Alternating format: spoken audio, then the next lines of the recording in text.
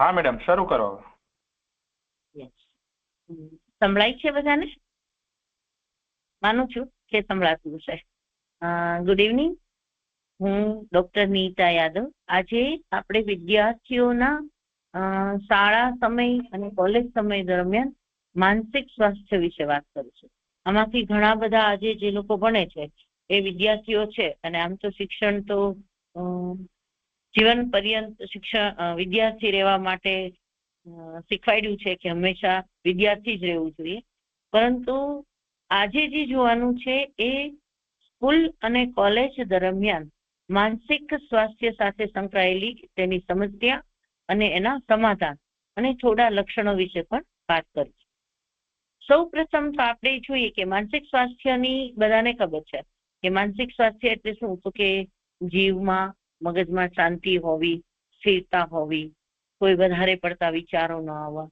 તો વિદ્યાર્થી સમય દરમિયાન તો લગભગ વધારે વિચાર આવવા, વધારે વિચાર કરવા એ જરૂરી હોય છે.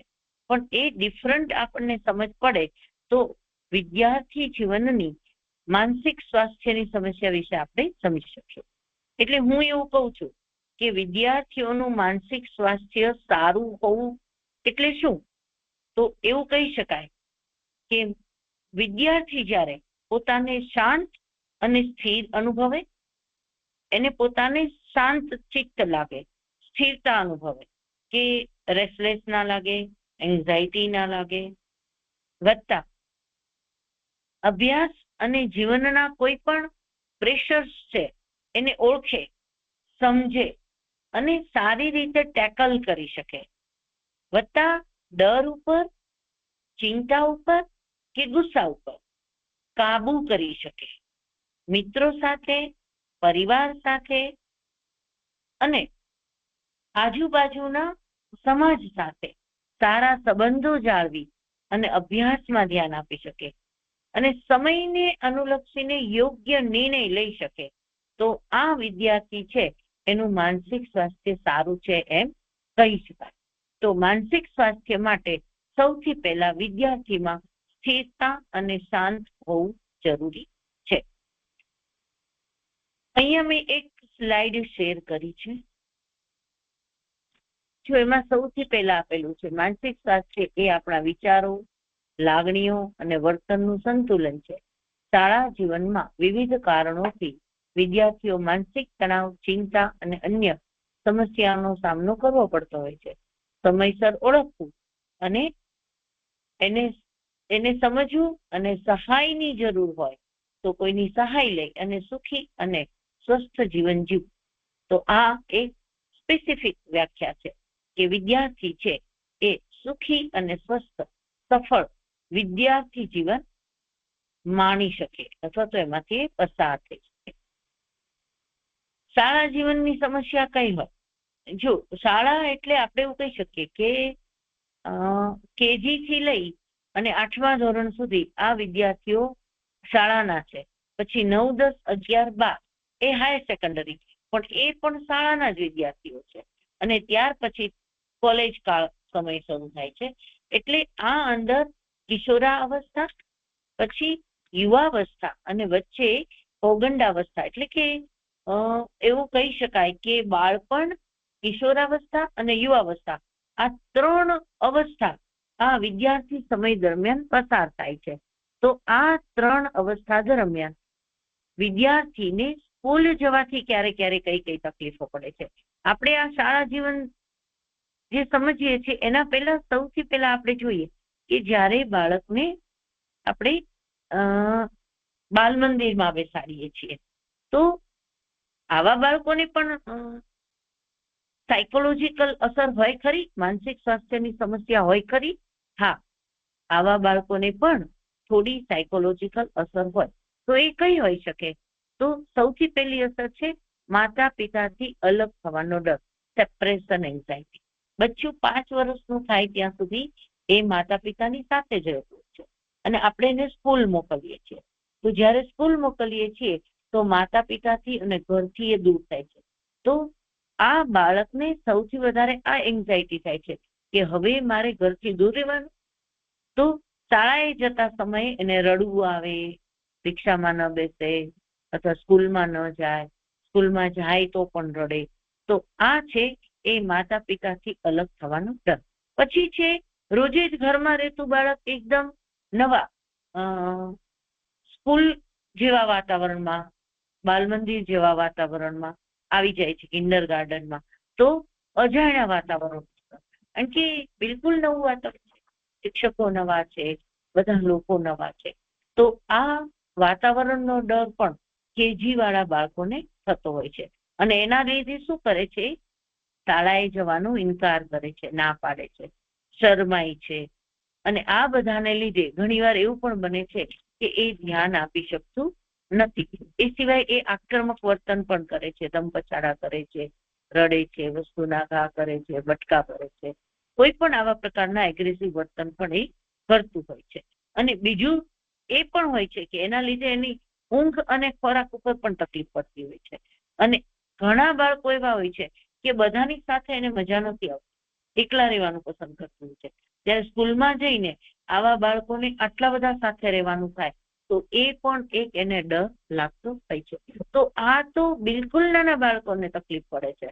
તો સ્વાભાવિક છે, જો નાના બાળકોને તકલીફ પડતી હોય તો શાળાએ જતા બાળકોને તો સાયકોલોજીકલ, માનસિક સ્વાસ્થ્યને લગતી સમસ્યાઓ તો થાય જ. તો એ કઈ કઈ સમસ્યા છે આમાં અહીંયા આપેલું છે, શાળા વિદ્યાર્થીઓમાં સામાન્ય માનસિક સમસ્યાઓ. પહેલી છે પરીક્ષાનો તણાવ, અભ્યાસનો ભાર, શાળાનો ભય, ધ્યાનની એકાગ્રતાની સમસ્યા, આત્મવિશ્વાસનો અભાવ, મિત્રતા, સામાજિક સમાયોજનની સમસ્યા, બુલિંગ, મોબાઈલ અને ગેમિંગનું અસર, ચિંતા, હતાશા. અને અત્યારે એક નવો ટોપિક એ બી ઉમેરાયો છે કે બિલકુલ નાના 5મા, 6ઠા, 7માના બાળકો, વિદ્યાર્થીઓ અત્યારે સુસાઇડ પણ કરે છે. તો આ એક સમસ્યા પણ આપણે સ્કૂલના બાળકો માટે એડ ઓન કરી શકીએ છીએ. હવે પરીક્ષાનો તણાવ એટલે બહુ સીધી સાદી વાત છે કે સામાજિક વ્યવસ્થા પ્રમાણે બાળકે ભણવું, પરીક્ષા આપવી અને પરીક્ષામાં પાસ થવું, આ એક સામાજિક રસ્તો છે. પણ જે ઘર હોય, જે પેરેન્ટ્સ હોય, એમનું, શિક્ષકોનું અને ઘણીવાર બાળકનું પોતાના ઉપર એક એક્સપેક્ટેશન, અપેક્ષા વધારે હોય છે.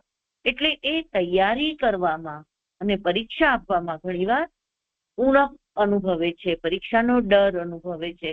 તૈયારી કર્યા પછી પણ એને એવું લાગે છે કે મને યાદ નથી રહ્યું, હું લખીશ તો મને યાદ નહીં રહે, અથવા તો લખવા વખતે એને આત્મવિશ્વાસ નથી કે હું આ બરાબર લખી શકીશ કે નહીં.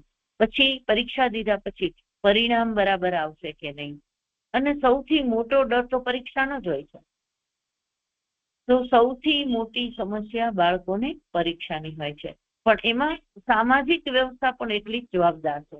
એને પણ આપણે ઘણીવાર સમજવી જોઈએ કે પેરેન્ટ્સ તરફથી પરીક્ષાને અને અભ્યાસને એ લોકો કેવો ભાર આપે છે, પરીક્ષાને અને અભ્યાસને એ લોકો કયા પ્રકારના એંગલથી જોવે છે, સ્પર્ધાના એંગલથી જોવે છે કે એક ઈર્ષા ભાવના. ઘણીવાર બાળકોનું બીજા બાળકો સાથે કમ્પેરિઝન થતું હોય છે કે કાકા, મામા, ફઈ આ બધાના બાળકો વધારે સારા હોય છે ભણવામાં, અથવા તો ઘણીવાર એવું હોય છે કે સતત વાંચ કરતા હોય છે. અને ઘણા બાળકો એકવાર વાંચે ત્યાં પણ ઘણું બધું યાદ રહી જતું હોય છે. તો માતા પિતા એની સાથે કમ્પેરિઝન કરે છે કે જો પેલાનું બાળક તો કેટલું બધું વાંચે છે, એને તો કેટલી બધી અભ્યાસની ચિંતા છે, એને તો કેટલી બધી યાદ રહી જાય છે.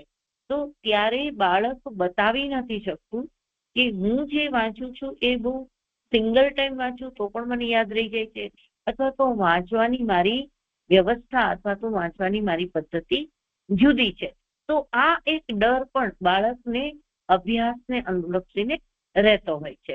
બીજું છે અભ્યાસનો ભાર, વધુ અભ્યાસ, સ્પર્ધા, ઊંચી અપેક્ષાઓનું દબાણ, જે હમણાં આપણે વાત કરી કે માતા પિતાની અપેક્ષાઓ તો હોય જ છે કે આટલા પર્સન્ટેજ લાવવા, સમાજમાં તમારા લીધે જ અમારું નામ છે.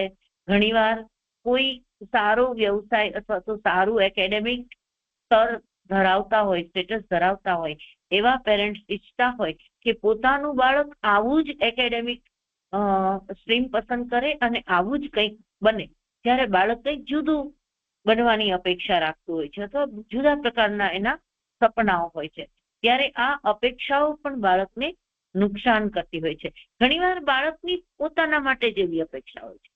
બહારના વાતાવરણનો ભાર તો હોય જ છે, પણ સાથે સાથે પોતાનું પણ એવું એક અપેક્ષાનું ધોરણ હોય છે કે હું આ ભણીશ. અને આ પોતાની સેલ્ફ અપેક્ષા પણ બાળકને ઘણીવાર પ્રેશર આપે છે. તો આ બધું કહેવાનો મતલબ એ પણ છે કે આપણે સમજવું પડશે કે બાળકને કયા પ્રકારની સમસ્યા અત્યારે એ અનુભવે છે. પછી છે શાળાનો ભય, શાળાએ જવાનો ભય, શાળાનો ફોબિયા ઘણા બધા પ્રકારથી હોય છે. કેવી રીતે હોય છે? તો ઘણીવાર શાળામાં બુલિંગ થતું હોય, નીચે 7 નંબર છે, બુલિંગના લીધે શાળામાં જવાનો ભય હોય છે. ઘણીવાર હોમવર્કના લઈને હોય છે, ઘણીવાર દૂર જવાના લઈને હોય છે, ઘણીવાર કેજીમાંથી જે સેપરેશન એન્ઝાઇટી, સ્કૂલ જવાનો ભય છે, એ બરકરાર હોય છે. તો મોટા થતા અભ્યાસનો ભાર, પેરેન્ટ્સની અપેક્ષાનો ભાર, શાળાનો અભ્યાસક્રમ, આ બધાના લીધે થઈને એ ઘણી બધી વસ્તુઓ એ બાળકને ડરમાં નાખે છે. એટલે સ્કૂલે જવાનો સ્કૂલ ફોબિયા હોય છે. પણ એ સ્કૂલ ફોબિયા માટે એ જોવું પણ આપણે જરૂરી છે કે એ સ્કૂલ ફોબિયા કેજીથી તો નથી શરૂ થયો ને, એ વાતાવરણથી તો નથી શરૂ થયો ને. ઘણીવાર ઘણા સેન્સિટિવ બાળકો હોય છે, જ્યાં એક બાળકને ટીચર જોરથી અવાજથી ખીજાય છે અને બીજા બાળકને ડર લાગવા, તો એના લીધે પણ શાળાનો ભય એ કન્ડિશનિંગ છે, તો કન્ડિશન થાય છે. તો શાળાનો ભય પણ આ સમય દરમિયાન બાળકોને લાગતો હોય છે. પછી છે ધ્યાન અને એકાગ્રતાની સમસ્યા.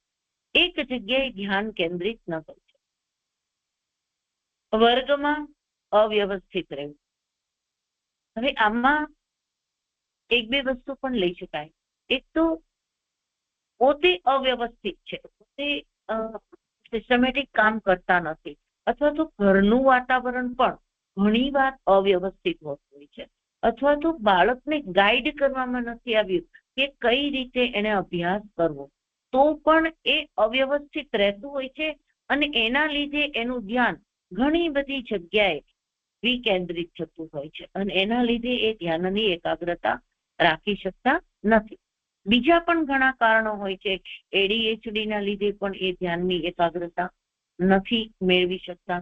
બીજું એન્ઝાઇટીના લીધે પણ ધ્યાન એકાગ્રતાની એને સમસ્યા હોય છે. ઘણીવાર એમને રસ નથી એ સબ્જેક્ટમાં, એના લીધે પણ એ ધ્યાન આપી શકતા નથી. ઘણીવાર એમનું મન એ જે તે સબ્જેક્ટને બદલે બીજી કોઈ સબ્જેક્ટમાં હોય છે, એના લીધે પણ એ કોઈ એક વસ્તુ પર ધ્યાન આપી શકતા નથી. તો ધ્યાન અને એકાગ્રતાની સમસ્યા એ ખૂબ જ મહત્વની છે અને એના ઉપર ધ્યાન આપવું જરૂરી છે. કારણ કે સ્ટુડન્ટ સમય દરમિયાન તો આ એક આપણો બહુ મહત્વનો સબ્જેક્ટ છે કે ધ્યાન આપવું જ જોઈએ અને ધ્યાનના લીધે જ આપણે ભણી શકતા હોય. પછીનું છે આત્મવિશ્વાસનો અભાવ. આત્મવિશ્વાસનો અભાવ, આમાં એવું લખ્યું છે પોતાને નાનો સમજવું, ભૂલથી ડરવું, હવે નવી ચીજોમાં આગળ ન. પોતાને નાનો સમજવો મીન્સ કે બીજા કરતા મારે માર્ક્સ ઓછા આવે, બીજા કરતા મારી સમજણ ઓછી છે, મારી ભૂલ વારંવાર થાય છે. તો એના લીધે એ પોતાને કોઈ પણ નવું કામ કરતા, પ્રશ્ન જવાબ લખતા, ક્લાસમાં હાથ ઊંચો કરીને જવાબ આપવામાં પણ ઘણીવાર એ ડરતા હોય છે. નવી કોઈ પણ ક્રિએટિવ એક્ટિવિટી છે તો ત્યાં એને પરાણે ઊભા કરીને એમાં ઇન્વોલ્વ કરવા પડે. કે ડાન્સમાં રહેવાનું છે તો તરત જ ના પાડી દે છે, કોઈ વક્તૃત્વ સ્પર્ધા છે, કોઈ નિબંધ લેખન છે, તો આ બધામાં પણ એમને પોતે કરી શકતા હોય તો પણ એ નથી કરતા, બીકોઝ કે એને સેલ્ફ એસ્ટીમ ઓછો છે, આત્મવિશ્વાસ ઓછો છે, બીજા કરતા પોતાને નથી આવડતું. તો એમાં પણ ઘણા બધા કારણો હોઈ શકે. કોઈ નાની નાની બાબતમાં કોઈએ ટોક્યા હોય એમને, અથવા તો તને નથી આવડતું એવા શબ્દ વારંવાર એને સાંભળવા પડ્યા હોય. તારા કરતા બીજાને બહુ સારું આવડે છે એવા શબ્દો પણ વારંવાર એને સાંભળવા પડ્યા હોય. અથવા તો એને પોતાની જ પોતાની રીતે એને લઈ લીધું હોય કે આને તો સરસ આવડે છે, મને નથી લખતા આવડતું, આ તો સરસ કરી શકે છે, હું નથી કરી શકતો, હું નથી કરી શકતી. તો આ બધી પરિસ્થિતિમાં બાળક છે એને આત્મવિશ્વાસ ઓછો જોવા મળે છે. તો આ બે જ કારણો છે, આ જે તે મુદ્દો છે એના માટેના. મિત્રતા અને સામાજિક સમાયોજનની સમસ્યા. એકલ રેતું બાળક છે, એકલું રેતું બાળક, એને ભણવાની મજા નથી આવતી. તો ભણવાની મજા નથી આવતી તો એ મિત્રતા કરી શકતો નથી, અને મિત્રતા નથી કરી શકતો, મિત્રો નથી બનાવી શકતો, એટલે બીજા જૂથોમાં જઈ અને એની સાથે ભળવામાં એને હિચકિચાટ થાય છે, અથવા તો એને મજા નથી આવતી, વાતચીત કરવામાં મજા નથી આવતી. આપણે ઘણા બાળકોને કહેતા હોય છે કે મિત્રો બનાવો, તો એનો શબ્દ હોય છે કેવી રીતે બનાવવા મિત્રો. તો આ મિત્ર ન બનાવતા આવડવું અથવા તો મિત્ર ન બનાવી શકવા એ શાળા સમય દરમિયાનની બહુ મોટી સમસ્યા છે. એના કારણો અત્યારે એક તો મોબાઈલ હું કહીશ, બીજું ન્યુક્લિયર ફેમિલી, કે એકલું રહેતું બાળક હંમેશા એકલું રહેતું હોય છે. યા તો એને કોઈ એક મિત્ર સાથે સેટ થઈ જાય છે તો બીજા મિત્ર સાથે રહેવાનું એ એક્સપોઝર કરતું નથી, અને એના લીધે એ એક કે બે વિદ્યાર્થીઓ કે એક બે મિત્ર સાથે જ એ વાત કરી શકે છે. એનાથી વધારેના મિત્રો સાથે એને વાત કરવામાં તકલીફ પડે છે. એટલે મિત્રતા અને સામાજિક સમાયોજન, આમ તો હું એવું કહીશ મારી દ્રષ્ટિએ આ સમય છે એ સમાયોજન શીખવાનો સમય છે. ઘણા બધા મિત્રો બનાવવા, ઘણા બધા મિત્રોની સાથે કોઈ પણ સ્વાર્થ વગર જોડાવવું, ગ્રુપમાં જોડાવવું, આ સમાયોજન શીખવા માટેનું આ સૌથી મોટું અને સરસ સ્ટેજ છે. જે સમયે સમાયોજન શીખી જાય જો આ શાળા કાળથી, તો લગભગ એને જીવન પર્યંત સમાયોજન કરતા આવડે છે. તો આ સમયમાં સમાયોજનની સમસ્યા હોય તો શાળા કાઉન્સેલર, સ્કૂલ કાઉન્સેલરે પણ આના ઉપર ધ્યાન આપવું જોઈએ. વત્તા આપણે પણ શાળા કાઉન્સેલર અથવા તો પ્રિન્સિપાલ, શિક્ષક, માતા પિતા, એને આપણે આ ધ્યાન દોરવું જોઈએ. બુલિંગ બહુ મોટી સમસ્યા છે અત્યારે. ઘણી બધી સંસ્થાઓમાં મેં જોયું છે બુલિંગના લીધે વિદ્યાર્થીઓ પોતાનું ભણવાનું બંધ કરીને જતા રહે. મારી કોલેજમાં જ મેં જોયું છે કે બહુ વિદ્યાર્થીઓ આ બુલિંગના લીધે ખૂબ જ ડિપ્રેશનમાં જતા. તો બુલિંગ એ બહુ મોટી સમસ્યા છે. કેવી રીતે? શારીરિક, માનસિક અથવા ઓનલાઈન. હવે તો એક નવું એડ ઓન થયું છે, ઓનલાઈન તકલીફ આપવી, માનસિક દુઃખ આપવું. ખાલી બોલીને જ નહીં પણ માનસિક રીતે પણ બુલિંગ કરે છે. લાઈક કોઈ પણ વ્યક્તિએ ફોટો મૂક્યો છે તો નીચે એના બોડી ઇમેજ ઉપર અથવા તો એની પર્સનાલિટી ઉપર ખૂબ બધા ગંદા કોમેન્ટ્સ આપવા, આ ઓનલાઈન બુલિંગ છે. અને એની સાથે સાથે ઘણા બધાએ જોડાઈ જવું. આ બુલિંગને કન્સલ્ટ એક કેસ હું તમને અત્યારે કહીશ, બહુ નાનકડો એવો છે, બહુ જાજુ નહીં કહું એમાં. એક વિદ્યાર્થીની છે, એને સુસાઇડ કરી. મારી પાસે ઓનલાઈન કાઉન્સેલિંગમાં આવી હતી, અને 2 સેશન પછી એ 3જા સેશન પહેલા તો એને સુસાઇડ કરી લીધું. પછીથી એના જે ડિટેલ્સ આવી એમાં સૌથી મોટી તકલીફ એને આ હતી કે એને જે FBમાં અને ઇન્સ્ટામાં પોતાનો ફોટો મૂક્યો તો એની નીચે એને ખૂબ ખરાબ એના માટે કોમેન્ટ્સ આપવામાં આવી હતી, અને એના લઈને એને પોતાની બોડી ઇમેજને અને માનસિક ઇમેજને એક અલગ રીતે એને મેન્શન કરી હતી, અને એના લીધે એ બાળકીએ આત્મહત્યા કરી. એટલે બુલિંગ એ નાની એવી વસ્તુ નથી. બુલિંગ એ ખૂબ ખરાબ માનસિક ટોર્ચરિંગ માટેની મેટર છે કે જેમાં બાળક છે એ સુસાઇડ સુધી પહોંચી શકે. તો શારીરિક રીતે ટીસ કરવું, માનસિક રીતે હેરાન કરવું, બોડી માટે એ વ્યક્તિને જેમ તેમ બોલવું, જાડા છે, દુબળા છે, અને બીજા ઘણા બધા પ્રકારના ખરાબ શબ્દ બોલવા, તો આ બધું બુલિંગમાં આવે છે. માત્ર બોલવું એવું નથી, પણ ઘણીવાર ફેસ જેસ્ચરિંગથી પણ બાળકનું બુલિંગ કરતા હોય છે. અને આ બાળકો આ બધાને લીધે સાયકોલોજીકલ પ્રોબ્લેમ્સમાં મુકાય છે, ડિપ્રેશન અને એન્ઝાયટી અનુભવતા હોય છે. તો બુલિંગ એ ખૂબ મોટો અને ખરાબ સાયકોલોજીકલ પ્રોબ્લેમ છે, માનસિક સમસ્યા. મોબાઈલ અને ગેમિંગનું વ્યસન ખૂબ જ વ્યાપક અત્યારે આ વ્યસન છે. કદાચ બધા જ વ્યસનની પેરેલલ અત્યારે મોબાઈલ અને ગેમિંગ વચ્ચે બ્લુ વેલ જેવી એક ગેમ આવી હતી, તમને બધાને ખબર હશે. તો એ ગેમિંગના વ્યસનને લઈને જ તે માણસ પોતાનું જીવ ગુમાવતો હતો. એનું રીઝન છે એક તો ન્યુક્લિયર ફેમિલી, બીજું પોતાના મિત્રો નથી એ, ત્રીજું અહીંયા પણ પિયર પ્રેશર હોતું હોય છે કે મેં આ સ્ટેજ ક્લિયર કર્યું છે, મને આ ગેમ આવડે છે, મેં આટલા બધા પૈસા એમાં ઇન્વેસ્ટ કર્યા છે. અને એક ફિનાન્શિયલ સ્ટેટસ પણ આ ગેમિંગ માટે બહુ જવાબદાર પરિબળ છે. તો મોબાઈલ અને ગેમિંગ અત્યારે બહુ નાના બાળકો એવું કે છે કે મારા પેલા મિત્ર પાસે તો આઈફોન છે, મને પણ મમ્મી આઈફોન લઈ ગયો, મને પણ પપ્પા આઈફોન લઈ ગયો. તો આ પણ એક સ્ટેટસ સિમ્બોલના કારણે મોબાઈલ અને મોબાઈલની સાથે સાથે રોજ સાંજે ભેગા મળીને ગેમ રમવું, બધા એકબીજાને પોતપોતાના ઘણા બધા એવા બાળકો મેં જોયા છે કે એકબીજાના એકાઉન્ટમાં પૈસા ટ્રાન્સફર કરે છે, અને ઘણીવાર એના લીધે એના મમ્મી પપ્પાનું એકાઉન્ટ બિલકુલ ખાલી થઈ જતું અને મમ્મી પપ્પાને ખબર પણ નથી પડતી. જ્યારે ખબર પડે ત્યારે ઓલમોસ્ટ બધું ગુમાવી ચૂક્યા હોય છે. તો મોબાઈલ અને ગેમિંગ અને 1 વાર 2 વાર 3 વાર પછી સતત એકની એક વસ્તુ કરવાને લીધે એને એ વ્યસન થઈ જાય છે. એ હેબિટ છે એને એ સ્ટ્રોંગ બનાવે છે, અને એ ન રમે તો એને એક દારૂ ન પીવે અને જે તકલીફો પડે એવી તકલીફો આવા બાળકોને પડતી હોય છે. તો આ ગેમિંગનું વ્યસન ખૂબ જ ખરાબ વ્યસન છે. આમ જોઈએ તો આપણે જે આ મુદ્દાઓ જોઈએ છીએ એ બાળપણમાં શાળાએ જતા વિદ્યાર્થીઓના, તો આ સમય તો એના માટે રમવાનો સમય છે.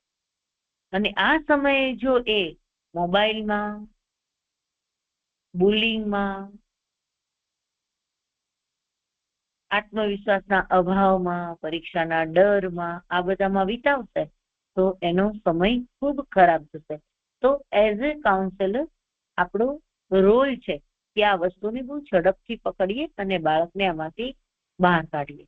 પછી છે ચિંતા અને એન્ઝાયટી. આ બધા જ જે આપણે 8 મુદ્દાઓ જોયા એનું પરિણામ ચિંતા અને ડિપ્રેશનમાં આવે છે. બાળક અતિ ચિંતા અનુભવે છે, કોઈએ એને કંઈ પણ પ્રકારની ધમકી આપી છે તો એને તરત જ એન્ઝાયટી થાય છે, અને એના લીધે એ ખૂબ જ સ્કૂલ જવામાં આનાકાની કરે છે, સ્કૂલ નથી જતું, અભ્યાસ ઉપર એની અસર થાય છે. તો ચિંતાને લીધે શું થાય છે? અતિ ચિંતા, ગભરામણ, ભવિષ્યની ચિંતા, ધડકન વધી, ગભરાટ થવું. તો નાની નાની બાબતમાં એ બાળકો તરત જ ચિંતિત થઈ જાય છે. અને ઘણીવાર એવું પણ બને છે કે જે બાળકો બુલિંગ કરે છે, જે બાળકો એમને બીજી રીતે હેરાન કરે છે, એ બાળકો માત્ર દૂરથી જોવે તો પણ બાળકોની ધડકન વધી જાય છે અને એને પરસેવાથી રેબઝેબ થઈ જાય છે, ડરવા માંડે છે. તો આ ચિંતા છે, અને ઘણીવાર બાળક ચિંતાને બદલે ડિપ્રેશનમાં જતું રહે છે. તો એકદમ ચૂપ થઈ જાય છે, બોલતું નથી, ભણવામાંથી રસ ઉડી જાય છે, સ્કૂલ જવાની આનાકાની કરે છે, ખાવા પીવામાં બંધ કરી દે છે, ઘણીવાર વધારે ખાઈ લે છે, સૂનમૂન બેસી રહે છે. તો આ બધા પણ શાળા વિદ્યાર્થીઓના માનસિક સ્વાસ્થ્યના મુદ્દાઓ છે.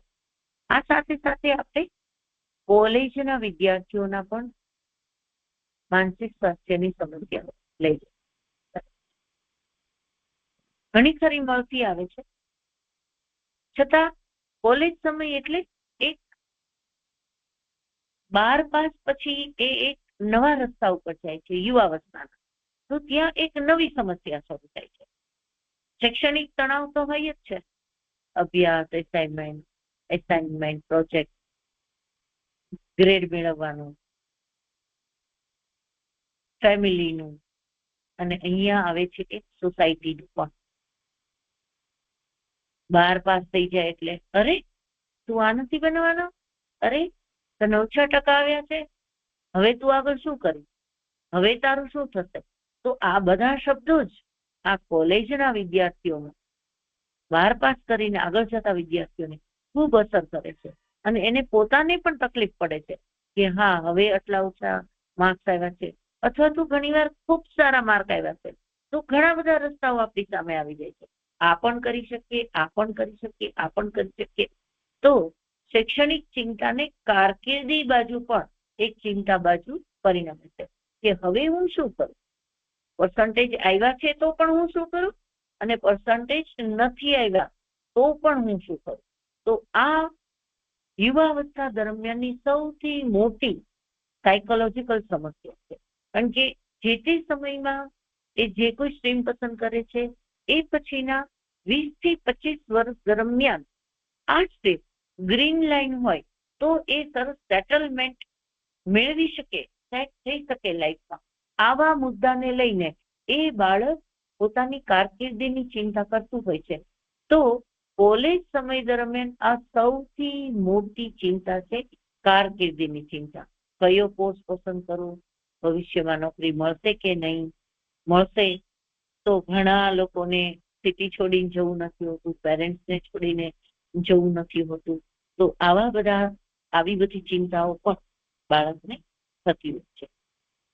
પરીક્ષાનું દબાણ, આગળ તો આપણે જોયું હતું કે પરીક્ષાનો ડર હતો, અહીંયા દબાણ.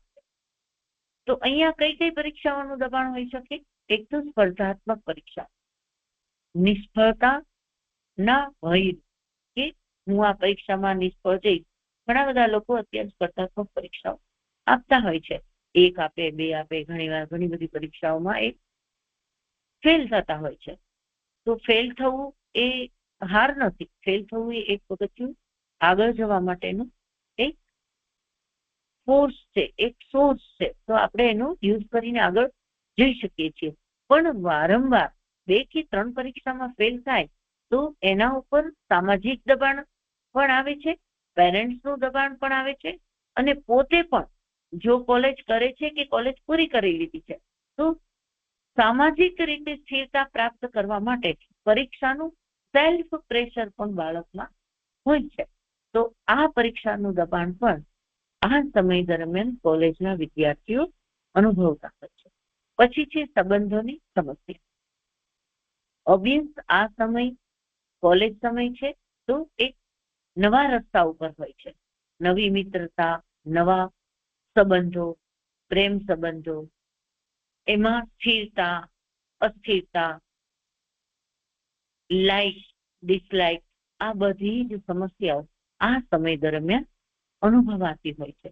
તો આ સમયમાં બીજા વ્યક્તિને ઓળખવા, અને ઘણીવાર આ સમય દરમિયાન જો કોઈ વ્યક્તિ કોઈ પણ રીતે એમની સાથે ખરાબ વ્યવહાર કરે છે તો સૌથી મોટી સમસ્યા અહીંયા ઊભી થાય છે વિશ્વાસ. એ વિશ્વાસ ફરીથી કરવો કે નહીં, કયા સંબંધો ઉપર કરવો, એ માત્ર પ્રેમ સંબંધો નહીં, મિત્રતાની પણ આમાં વાત આવે છે, અને અધર સંબંધો પણ, ક્લાસમેટ છે, ગ્રુપિંગના છે. તો આ બધા પ્રશ્નો પણ આ સમય દરમિયાન કોલેજ સ્ટુડન્ટમાં, વિદ્યાર્થીઓમાં અનુભવાતા હોય છે. પછી છે સામાજિક એકલતા. આ એક બુલિંગ પણ છે, અને પોતાની રીતે પોતે બધાથી જુદા થઈ અને એકલતામાં સરી પડવાનું, આ પણ એક સમસ્યા છે. ઘણીવાર એ પોતે એવું અનુભવતા હોય છે કે આ જૂથને અનુરૂપ હું નથી, અથવા તો ઘણીવાર એ પોતે એ જૂથમાં જાય છે, લોકો એને પોતાના જૂથમાંથી દૂર કરે છે, ત્યારે એ વિદ્યાર્થી એકલતા. એ સિવાય 12 પાસ કરી અને નવી કોલેજ, નવી જગ્યાએ એ ભણવા જાય છે, નવો કોર્સ શરૂ કરે છે ત્યારે પણ એ વાતાવરણમાં સમાયોજન કરવાનું છે. તો આ સમાયોજન નહીં થવાથી અથવા સમાયોજન કરી શકશે કે નહીં એના પણ એ ચિંતાને લીધે પણ એ એકલતા અનુભવે છે અને એક્સપોઝર કરવાથી પણ એ દૂર રહે છે. તો આ સમય છે એ યુવાવસ્થાને લગતી સામાજિક એકલતાની પણ સમસ્યા એનામાં જોવા મળે છે. આત્મસન્માનની સમસ્યા, અગેન પોતાને બીજા કરતા ઓછું સમજવું, બીજા સાથે તુલના કરવી, આ હ્યુમન બિંગ છે. આપણે તરત જ તે બીજાની સાથે આપણી તુલના કરી લેતા, પણ ઓબ્વિયસ દરેક લોકો જુદા જુદા વાતાવરણમાં ઉછર્યા છે, બધાને જુદું જુદું વાતાવરણ મળ્યું છે. તો એક વ્યક્તિથી બીજી વ્યક્તિ જુદી જ છે એવી સમજણ હજુ આ બાળકોમાં હોતી નથી. એટલે સીધું જ એ પોતાનું કમ્પેરિઝન અથવા પોતાની સમજણ બીજા વ્યક્તિ સાથે જોડી દે છે અને એવું વિચારે છે કે હું એના જેટલો એના જેટલી દેખાવથી લઈને અહીંયા બોડી ઇમેજ પણ વર્ક કરે છે અને અહીંયા પોતાની એજ્યુકેશનલ અને બીજી બધી સ્કિલી આવડતો પણ અહીંયા એક પોતાની ન્યૂનતમ ભાવના સમજવા માટે એ સમજી શકે છે. લાઈક હું આના જેટલું નથી ભણી શકતો, હું આના જેવી નથી દેખાતો, હું હેન્ડસમ નથી. અને ઘણીવાર એવું પણ બને છે કે જ્યારે પ્રેમ સંબંધો હોય અને કોઈ વ્યક્તિ ના પાડે છે કે ના મને તારી સાથે આગળ નથી વધવું, તો સૌથી પહેલા એવું સમજે છે કે શું હું ખરાબ દેખાઉં છું, અથવા ઘણીવાર મિત્રો એને ગ્રુપમાંથી બહાર કાઢે છે તો પણ એ એવું સમજે છે, અથવા તો અલગ કરે છે ત્યારે પણ એવું સમજે છે શું હું બીજા જેટલો સારો નથી. તો આ જે ભાવનાઓ છે એ આત્મવિશ્વાસની સમસ્યાઓને ઊભી કરે છે. તો આ ખૂબ જ મોટી સમસ્યા છે આ સમય દરમિયાન. ડિજિટલ અને સોશિયલ મીડિયાના વ્યસન આગળ પણ જોયું છે, અહીંયા એક એવું છે કે નવા વાતાવરણમાં જઈ અને નવી જગ્યામાં સેટ થવા માટે એ કોશિશ કરે છે, નથી થવાતું એટલે એ પોતાના મોબાઈલને પોતાનો મિત્ર બનાવી લે છે. એટલે એ ક્રિએટિવ પણ હોઈ શકે અને એ ખરાબ પણ હોઈ શકે કે તમે જો એમાંથી કંઈ વાંચવા માટે, નવું શીખવા માટે, પોતાના માટે ઉપયોગ કરો છો તો એ ઉપયોગી છે, પણ જો એમાંથી સતત પોતાનો સમય એમાં જ ઇન્વેસ્ટ કરો છો નોનસેન્સ, તો એ આપણા માટે વ્યસન અને નકારાત્મક છે. અને ડિજિટલ જે બી પ્લેટફોર્મ છે અથવા તો મોબાઈલ છે એને પણ એક ટાઈમ લિમિટમાં, શેડ્યુલમાં મૂકવો જોઈએ કે મને આ ભણવાનું છે, મને આ વાંચવાનું છે, આથી આ સમય દરમિયાન હું મોબાઈલ લઈશ અને એમાં આટલી વસ્તુ જોઈશ. હવે તો મોબાઈલની અંદર ખૂબ સરસ મજાના ફીચર્સ આવી ગયા છે કે તમે કઈ વસ્તુ કેટલી વાર જોઈ છે, કેટલી વાર તમે આનો ઉપયોગ કર્યો છે, બધા તમે જો ના થઈ શકે તો એક એલાર્મ પણ એમાં મૂકી શકો છો કે ઇન્સ્ટાગ્રામ તમે હાફ એન અવરથી વધારે જોવો છો તો એ તરત જ તમને એલાર્મ આપે છે, તમને નોટ કરે છે કે હાફ એન અવર થઈ ગઈ છે, તમે મોબાઈલ મૂકી દો. તો અતિશય મોબાઈલ, અતિશય સોશિયલ મીડિયામાં રહેવાથી એ પોતાનું રિયલ વર્લ્ડમાંથી નીકળી અને એક વર્ચ્યુઅલ વર્લ્ડમાં પહોંચી જાય છે અને વર્ચ્યુઅલ વર્લ્ડના લીધે એ સામાજિક સંબંધોથી દૂર થઈ જાય છે.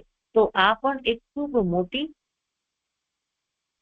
સાયકોલોજીકલ સમસ્યા છે. અગેઇન ચિંતા અને હતાશા, આ બધાના લીધે માણસ એક તો એન્ઝાયટીનો શિકાર બને છે અને ડિપ્રેશનનો શિકાર બને છે. કારણ કે જે પોતે નથી સ્વીકાર અનુભવાતો, લોકો એને નથી સ્વીકારતા, અથવા તો જે તે કોર્સમાં જાય છે અથવા જે તે જગ્યાએ જાય છે ત્યાં એડજસ્ટ કરવા માટે એને થોડું પોતાને વધારે લવચીક બનવું પડે છે. એડજસ્ટ થવા માટે એક સમાયોજન સાધવા માટેના અમુક પેરામીટરો એને ઉપયોગ કરવા પડે છે. એ નથી કરી શકતા તો એ ચિંતા અનુભવે છે અને એન્ઝાયટી.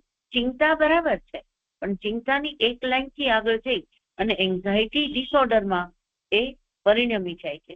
ત્યારે એ જોઈ વિચારી અને સમજવું ખૂબ જરૂરી છે. એવી જ રીતે હતાશા, ડિપ્રેશનમાં પણ અતિશય અવોઇડ, અતિશય લોકોના શબ્દો, મિત્રોના શબ્દો, બીજા બધાના બોમ્બાર્ડિંગ, આ બધાના લીધે એ જો ઇમોશનલ ટોલરન્સ જો એ બાળકનું ઓછું હશે તો એ બાળક, એ વિદ્યાર્થી એન્ઝાયટી અથવા ડિપ્રેશનમાં સરી પડવાના ચાન્સીસ ખૂબ વધારે છે. અને આ બધાના લીધે એ બાળક છે એ સુસાઇડલ થોટ અથવા સુસાઇડ પર આગળ પણ જતા રહે છે. હવે આના આપણે લક્ષણો જોઈએ તો ભાવનાત્મક લક્ષણો કયા કયા હશે? તો ભાવનાત્મક લક્ષણો હશે વધારે ચિંતા અનુભવી, ઉદાસી અનુભવી, ચીડચીડાપણ થવું, આત્મવિશ્વાસ ઓછો થવો, આ બધા છે ભાવનાત્મક લક્ષણો. તો વાર્તનિક લક્ષણો કયા કયા હશે? તો એકલા રહેવા માંડવું, લોકો સાથે ઓછું ભળવું, અભ્યાસથી દૂર ભાગવું, મોબાઈલ સોશિયલ મીડિયાનો વધારે પડતો ઉપયોગ કરવો, ગુસ્સો ઝડપથી આવી જવો, કોઈ પણ જગ્યાએ સ્થિરતાથી ન બેસવું. શારીરિક લક્ષણો શું છે? માથાનો દુખાવો થવો, ઊંઘ ન આવવી અથવા વધારે પડતી જ ઊંઘ આવવી, અથવા થાક લાગવો, વધારે થાક લાગવો, કોઈ જગ્યાએ ગમવું નહીં, ભૂખ ઓછી લાગવી અથવા તો ભૂખ વધારે લાગવી. પછી અભ્યાસ સંબંધિત એકેડેમિક લક્ષણો કયા કયા? તો કે ધ્યાન ન લાગવું, ઓછું લાગવું, યાદ શક્તિ ઓછી થતી હોય એવું લાગે, પરીક્ષામાં માર્ક્સ ઓછા આવવા, પર્સન્ટેજ ઓછા આવવા, હોમવર્ક ન કરવું, કોઈ પણ કામ હોય એને પ્રોક્રાસ્ટિનેશન કરવું, ટાળવું, આજે નહીં કાલે કરી, કાલે નહીં પરમ દિવસે કરી. એ જે સમય છે એ સમયને વધારે લેવો. પછી વિચાર સંબંધિત કોગ્નિટિવ લક્ષણો કયા આવી શકે? તો નકારાત્મક વિચારો, હું નથી કરી શકતો, મારા જેવું કોઈ છે નહીં, ખરાબ, મારાથી આ નહીં થઈ શકે, હું આ કોર્સ માટે બન્યો જ નથી, પરીક્ષામાં હું પાસ નહીં થઈ શકું.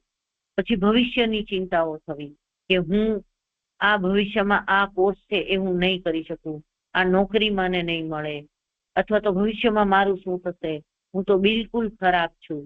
પછી આત્મવિશ્વાસ એકદમ તૂટી જવો. આ છે એના લક્ષણ જેને આપણે અહીંયા જોઈ શકીએ છીએ. સતત તણાવ, નિરાશા, હતાશા, એકલતા અનુભવી, ઊંઘની સમસ્યાઓ, અભ્યાસમાં રસ ઘટવું, ચીડિયાપણું અને આત્મવિશ્વાસમાં ઘટાડો. તે આપણે આગળની સ્લાઇડમાં જોઈએ છીએ. એના સામાન્ય લક્ષણો કયા છે? અહીંયા પણ જો ચીડિયાપણું, ગુસ્સો આવવો. અહીંયા છે વારંવાર ગેરહાજરી અથવા શાળામાં ન જવું, અભ્યાસમાં રસ ઘટવો, પરિણામ ખરાબ આવવું. તેમજ છે અહીંયા પણ આત્મવિશ્વાસમાં ઘટાડો થવો, જાતને નકારો આપવો, સામાજિક એકલતા, એકલા રહેવું, ઊંઘ અને ભૂખમાં ફેરફાર. નિવારણ અને સહાય સ્વાભાવિક જ છે. સૌથી પહેલા માતા પિતા સાથે વાત કરવી ખૂબ જરૂરી, કારણ કે માતા પિતાને સૌથી મોટું આપણું સપોર્ટિવ સિસ્ટમનું યુઝ જે સંકુલ કહેવાય એ માતા પિતા અને કુટુંબ. એટલે સૌથી પહેલા તો આવી બધી જ પરિસ્થિતિમાં હંમેશા માતા પિતા સાથે વાત કરવી અને ક્વોલિટી વાત કરવી. જે પણ તકલીફ થાય છે એ શબ્દોમાં અને વ્યવસ્થિત જે પણ ભાવનાઓ થાય છે એ ભાવનાને નામ આપીને કહેવું. દાખલા તરીકે આ બધી પરિસ્થિતિથી મને ખૂબ રડવું આવે છે, આ બધી પરિસ્થિતિથી મને સુસાઇડ કરવાની ઈચ્છા થાય છે, આ બધી પરિસ્થિતિથી મને શિક્ષક ઉપર ગુસ્સો આવે છે, આ બધી પરિસ્થિતિથી મને આ કોર્સ છોડી દેવાનું મન થાય છે. એટલે જે સંવાદ છે એ સંવાદની અંદર જે પણ પરિસ્થિતિ છે એને નેમિંગ કરવું બહુ જરૂરી. પછી છે શિક્ષકોનું માર્ગદર્શન અને પ્રોત્સાહન.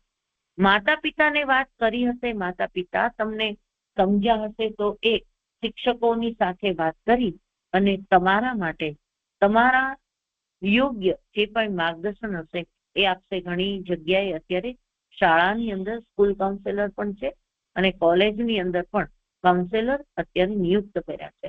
તો એની સાથે રહી માતા પિતા, શિક્ષકો અને સ્કૂલમાં કાઉન્સેલર કે જે પણ વ્યક્તિઓ છે એની સાથે રહી અને આ બધા જ પ્રશ્નોને સમજવું અને એને મેનેજ કરવાનું કાર્ય કરવું.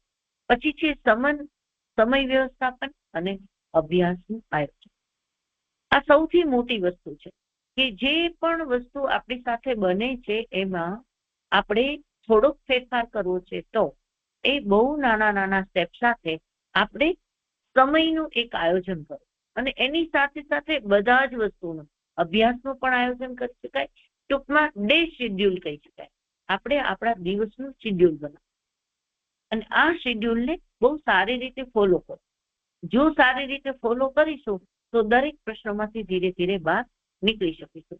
અને એ વિઝ્યુઅલ હોવું જોઈએ, આપણને રોજ બતાતું હોવું જોઈએ કે એક કાગળ લઈ અને એની ઉપર દોરી અને આપણી સામે રાખવામાં આવે અને રોજે રોજ જોવામાં આવે કે મેં 1 કલાક વાંચ્યું છે, 30 મિનિટ વાંચ્યું છે, 30 મિનિટ મેં મેડિટેશન કર્યું છે, 30 મિનિટ હું વિદ્યાર્થીઓ સાથે રમવા ગયો છું, માતા પિતા સાથે વાત કરી છે અને બિલકુલ એમ જ મેં મારા શોખમાં મેં સમય યુઝ કર્યો છે.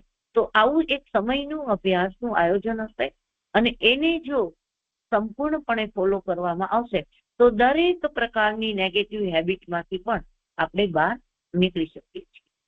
રમતગમત, યોગ, શારીરિક પ્રવૃત્તિ, બહુ સાદી વાત છે. રમતગમત કરવાથી ખૂબ જ બ્રીધિંગ વધી જાય છે, ઓક્સિજન શરીરની અંદર વધારે જે જરૂરી છે એટલો જાય છે દોડવાથી.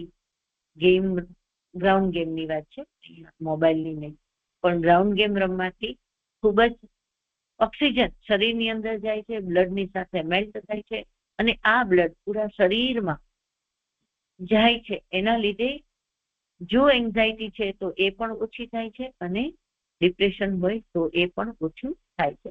એટલે રમત ગમત એ ખૂબ સારી, યોગ એ ખૂબ સારી, શારીરિક પ્રવૃત્તિ એ ખૂબ સારી સાયકોલોજીકલ થેરાપી છે. એટલે સવારમાં અને સાંજે ચાલવું, યોગા કરવા, પ્રાણાયામ કરવું, આ એક ખૂબ સરસ મજાની સાયકોલોજીકલ થેરાપી છે. પછી છે ભાવનાત્મક અભિવ્યક્તિ, વાતચીત કરવી, ડાયરી કરવી, કલામાં ઘણું બધું આવી શકે. ભાવનાત્મક અભિવ્યક્તિ, જે પણ તકલીફો પડે છે એને અભિવ્યક્ત કરો. વાતચીત કરવી માતા પિતા સાથે, મિત્રો સાથે અથવા તો યોગ્ય વ્યક્તિ સાથે. ગમે તેની સાથે વાત પણ ન કરી શકાય કારણ કે એનો જે જવાબ આવે છે એ જવાબ જ તો આપણું વર્તન નિયુક્ત કરે છે. તો એવી વ્યક્તિ સાથે વાત કરવાની છે કે જે આપણાને સમજે છે, આપણી ભાવનાને સમજે છે અને આપની ભાવનાને સમજ્યા પછી એને યોગ્ય દિશામાં વાળવા માટે આપણને ગાઈડ કરે છે. તો એની સાથે વાત કરવી અને કદાચ વાત નથી કરવી તો ડાયરી લખવી. ડાયરીમાં પણ હું 2 ભાગ પાડી. આ એવું કહી શકું કે આ મારી પેરાસિટામોલ કે ડાયરી લખવામાં તમે એક છૂટા પેજ રાખો કે જેમાં તમને જે પણ નેગેટિવ તકલીફો છે, નેગેટિવ થોટ્સ છે અથવા તો તમને પડતી કોઈ પણ વ્યક્તિ વિશેની તકલીફ છે એ જુદા કાગળમાં લખો, એને બાળો, ફાડો, કાંઈ પણ. બીજી જે ડાયરી છે એમાં માત્ર આજે મારી સાથે શું સારું થયું એ લખો. સારું મીન્સ એ ઘણું બધું હોઈ શકે કે આજે મમ્મીએ મને ખૂબ સરસ મજાની ચા પીવડાવી, આજે મારા મિત્ર સાથે મને વાત કરવાની ખૂબ મજા આવી, આજે મેં એક 5 નંબરનો પ્રશ્ન લખ્યો, એ ખૂબ સરસ લખ્યો, મને ખૂબ મજા આવી. ડાયરીમાં આ લખીએ છીએ તો એ છે એ પોઝિટિવ છે. તો જ્યારે પણ વાંચો તો ડોપામાઇન વધશે. અને કલા તો ઓબ્વિયસલી સાયકોલોજીકલ થેરાપી છે. એ મુવમેન્ટ હોય, ડાન્સ હોય, નાટક હોય, કોઈ ડ્રોઈંગ હોય, કોઈ પણ વસ્તુ બનાવવાની છે, ક્લે લઈને બનાવો છો, માટીથી બનાવો છો. બાળકો માટે તો કાળી માટી ખૂબ સારી છે ને કોઈ પણ તકલીફ પડે અને એને તમે કાળી માટીના રમકડા બનાવવાનું કહો તો એની બધી જ એન્ઝાયટી અને એની ADHD હાઇપર એક્ટિવિટી એ માટીમાં જતી રહેશે. તો એ પ્લેમાં કાળી માટીથી રમકડા બનાવવાનું ખૂબ સરસ મજાનું એક કાર્ય છે કે જેને આપણે પ્લે થેરાપી તરીકે યુઝ કરીશું. અને અધર ધેન ધેટ જરૂરિયાત મુજબ કાઉન્સેલિંગ અને માનસિક સહાય લઈ શકાય છે. બરાબર. હવે બાજુની સ્લાઇડમાં બી જોઈ લઈએ આપણે કે શું શું છે કાઉન્સેલિંગ અને માર્ગદર્શન. જીવન કૌશલ્યનો વિકાસ. બાળકોને આમાં પણ કલા લઈ શકીએ છીએ આપણે. દાખલા તરીકે કોઈને નાટક કરવું ગમે છે તો પોતાના જે કંઈ ભાવો છે એને નાટક દ્વારા રજૂ કરે છે તો પણ એ પોતાની દરેક પ્રકારની હતાશા અને પોતાના ફ્રસ્ટ્રેશન એ નાટકમાં બહાર કાઢી શકે છે. ઘણીવાર જીમમાં જઈને પણ પોતાના ફ્રસ્ટ્રેશન એ બહાર કાઢી શકે છે. એટલે કોઈ પણ પ્રકારની એક લાઈફ સ્કિલનો વિકાસ કરવો છે અને દરેક લોકોએ પોતપોતાની એક ખૂબ સ્ટ્રોંગ હોબી બનાવવી જોઈએ કે જેના લીધે કોઈ પણ સમયે આપણને કાંઈ પણ તકલીફ પડે તો આ તકલીફ આપણી હોબીના લીધે આપણે એમાંથી બહાર નીકળી શકીએ છીએ. અગેઇન અહીંયા સમય વ્યવસ્થાપન, પછી તણાવ વ્યવસ્થાપનની તકનીકોમાં છે ઊંડો શ્વાસ, કસરત, ધ્યાન, મ્યુઝિક થેરાપી, નિયમિત વ્યાયામ અને હોબી માટે સમય કાઢો. અહીંયા હું એક પ્રોગ્રેસિવ મસલ રિલેક્સેશન પણ મૂકીશ કે પીએમાં જે કક્ષાને આપેલું છે. ખૂબ નાની તકનીક છે પણ એ ખૂબ સરસ રીતે ઉપયોગમાં આવે છે. એન્ઝાયટીમાં તો અક્ષીર છે. એન્ઝાયટીમાં તમે પીએમઆરનો યુઝ કરી શકો છો. એ સિવાય મેડિટેશન પણ કરી શકો છો. યોગા, ધ્યાન રોજે સવારે અને સાંજે પ્રેક્ટિસ કરો તો એના લીધે એન્ઝાયટીમાંથી સતત આપણે બહાર નીકળી શકીએ છીએ અને ડિપ્રેશનમાંથી પણ બહાર નીકળી શકીએ છીએ. અગેઇન પરિવાર મિત્રોની સલાહ લ્યો, જરૂર પડે ત્યારે મનોચિકિત્સકની સલાહ લો. અહીંયા એક સકારાત્મક પગલા છે, ખૂબ સરસ. નકારાત્મક વિચારો છે કે હું નથી કરી શકતો, એના બદલે હું આ કરીશ, હું કરું છું, હું ટ્રાય તો કરું, હું એકવાર આનો ફેરફાર કરીને જોઉં તો એ સકારાત્મક પગલાના લીધે પણ લાઈક પોઝિટિવ થિંકિંગ, તો એના લીધે પણ આપણે સ્ટ્રેસ અને ડિપ્રેશનમાંથી બહાર આવી શકીએ છીએ. બીજું છે હેલ્ધી લાઈફસ્ટાઈલ અપનાવો. જમવાનું ફૂડ પણ એટલું જ મહત્વનું છે. જ્યારે આપણે ડિપ્રેશન અને એન્ઝાયટીમાં હોઈએ ત્યારે રેગ્યુલર અને હેલ્ધી ડાયટ લેવું જોઈએ. કારણ કે હેલ્ધી ડાયટ છે એ ફૂડ પેટમાં અંદર જવાના લીધે એ ફૂડ પણ એક સાયકોલોજીકલ પ્રોસેસ કરી અને તમારા મગજને બનાવે છે. તો હેલ્ધી ડાયટ અને હેલ્ધી લાઈફસ્ટાઈલ એ ડિપ્રેશન અને એન્ઝાયટીમાંથી બહાર કાઢવા માટે મદદ કરે છે. નવા કૌશલ્યો શીખો, દરરોજ તમારા માટે સમય કાઢો અને જીવનનો આનંદ માણો આગળ વધવા માટે. અને આ બધામાં સૌથી છેલ્લું હું કહીશ કે નિયમિત કરો. સકારાત્મક વિચાર નિયમિત કરો, હેલ્ધી લાઈફસ્ટાઈલ નિયમિત અપનાવો, નવા કૌશલ્યો શીખો અને એને નિયમિત રીતે એનો ઉપયોગ કરો. દરરોજ તમારા માટે સમય કાઢો અને નિયમિત કાઢો અને જીવનનો આનંદ માણો અને આગળ વધો. સતત પોઝિટિવ વિચારવાથી કોઈ પણ પરિસ્થિતિમાંથી આપણે બહાર નીકળી શકીએ છીએ. તમે એકલા નથી. સમસ્યા કહેવું જરૂરી છે, મદદ માંગવી એ બહાદુરી છે. માનસિક સ્વાસ્થ્ય પણ શારીરિક સ્વાસ્થ્ય માટે એટલું જરૂરી છે. અને આ બધા માટે ક્યારેય પણ કોઈને પણ જરૂર પડે તો આજે જેટલા લોકો અહીંયા વર્ગમાં હાજર છે એ બધા જ કાઉન્સેલર છે. બધા જ કંઈક ને કંઈક સમાજને ઉપયોગી છે અને કશું નથી. તો પ્રતિકભાઈનો અને આજ સુધીમાં જેટલા પણ પ્રોફેસર અને લેક્ચર લેવા માટે લોકો અહીંયા ઉપસ્થિત થયા છે એ બધાનો તમે સંપર્ક કરી શકો છો અને કરાવી શકો. થેન્ક યુ પ્રતિકભાઈ. જી મિત્રો, હવે મેડમે બહુ સરસ આજે આપણે શાળા અને કોલેજની સમસ્યાઓ વિશે વિસ્તારપૂર્વક જાણકારી આપી છે અને હવે આપણે આગળ વધીએ અને મેડમના કોઈ તમારે પ્રશ્નો પૂછવા હોય ચેટ બોક્સમાં પૂછીએ. આજે આપણી પાસે સમય રહેવાનો છે એટલે 6:45 જ્યારે મેડમનો લેક્ચર પૂરો થાય, હજી આપણી પાસે લગભગ 15 મિનિટ જેવો સમય છે, 10-15 મિનિટ જેવો. તો આ 10-15 મિનિટમાં મેડમને જે યોગ્ય લાગે એ અને શક્ય એટલા વધુ પ્રશ્ન મેડમ લેશે અને એના જવાબ આપવાનો પ્રયત્ન કરશે. 6:45 જેવો આપણું વ્યાખ્યાન પૂરું થાય પછી આપણે એટેન્ડન્સ અને ફીડબેક લઈશું. ઓકે મેડમ, આપ પ્રશ્નો લઈ શકો છો. હું ચેટ બોક્સ ખોલું છું અને ચેટ બોક્સમાં બધા પ્રશ્નો પૂછી શકે છે. ઓકે.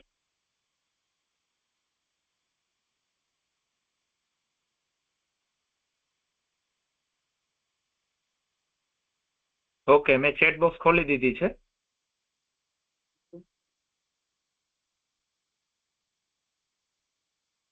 પ્રશ્ન ઉપર જ ધ્યાન આપજો madam.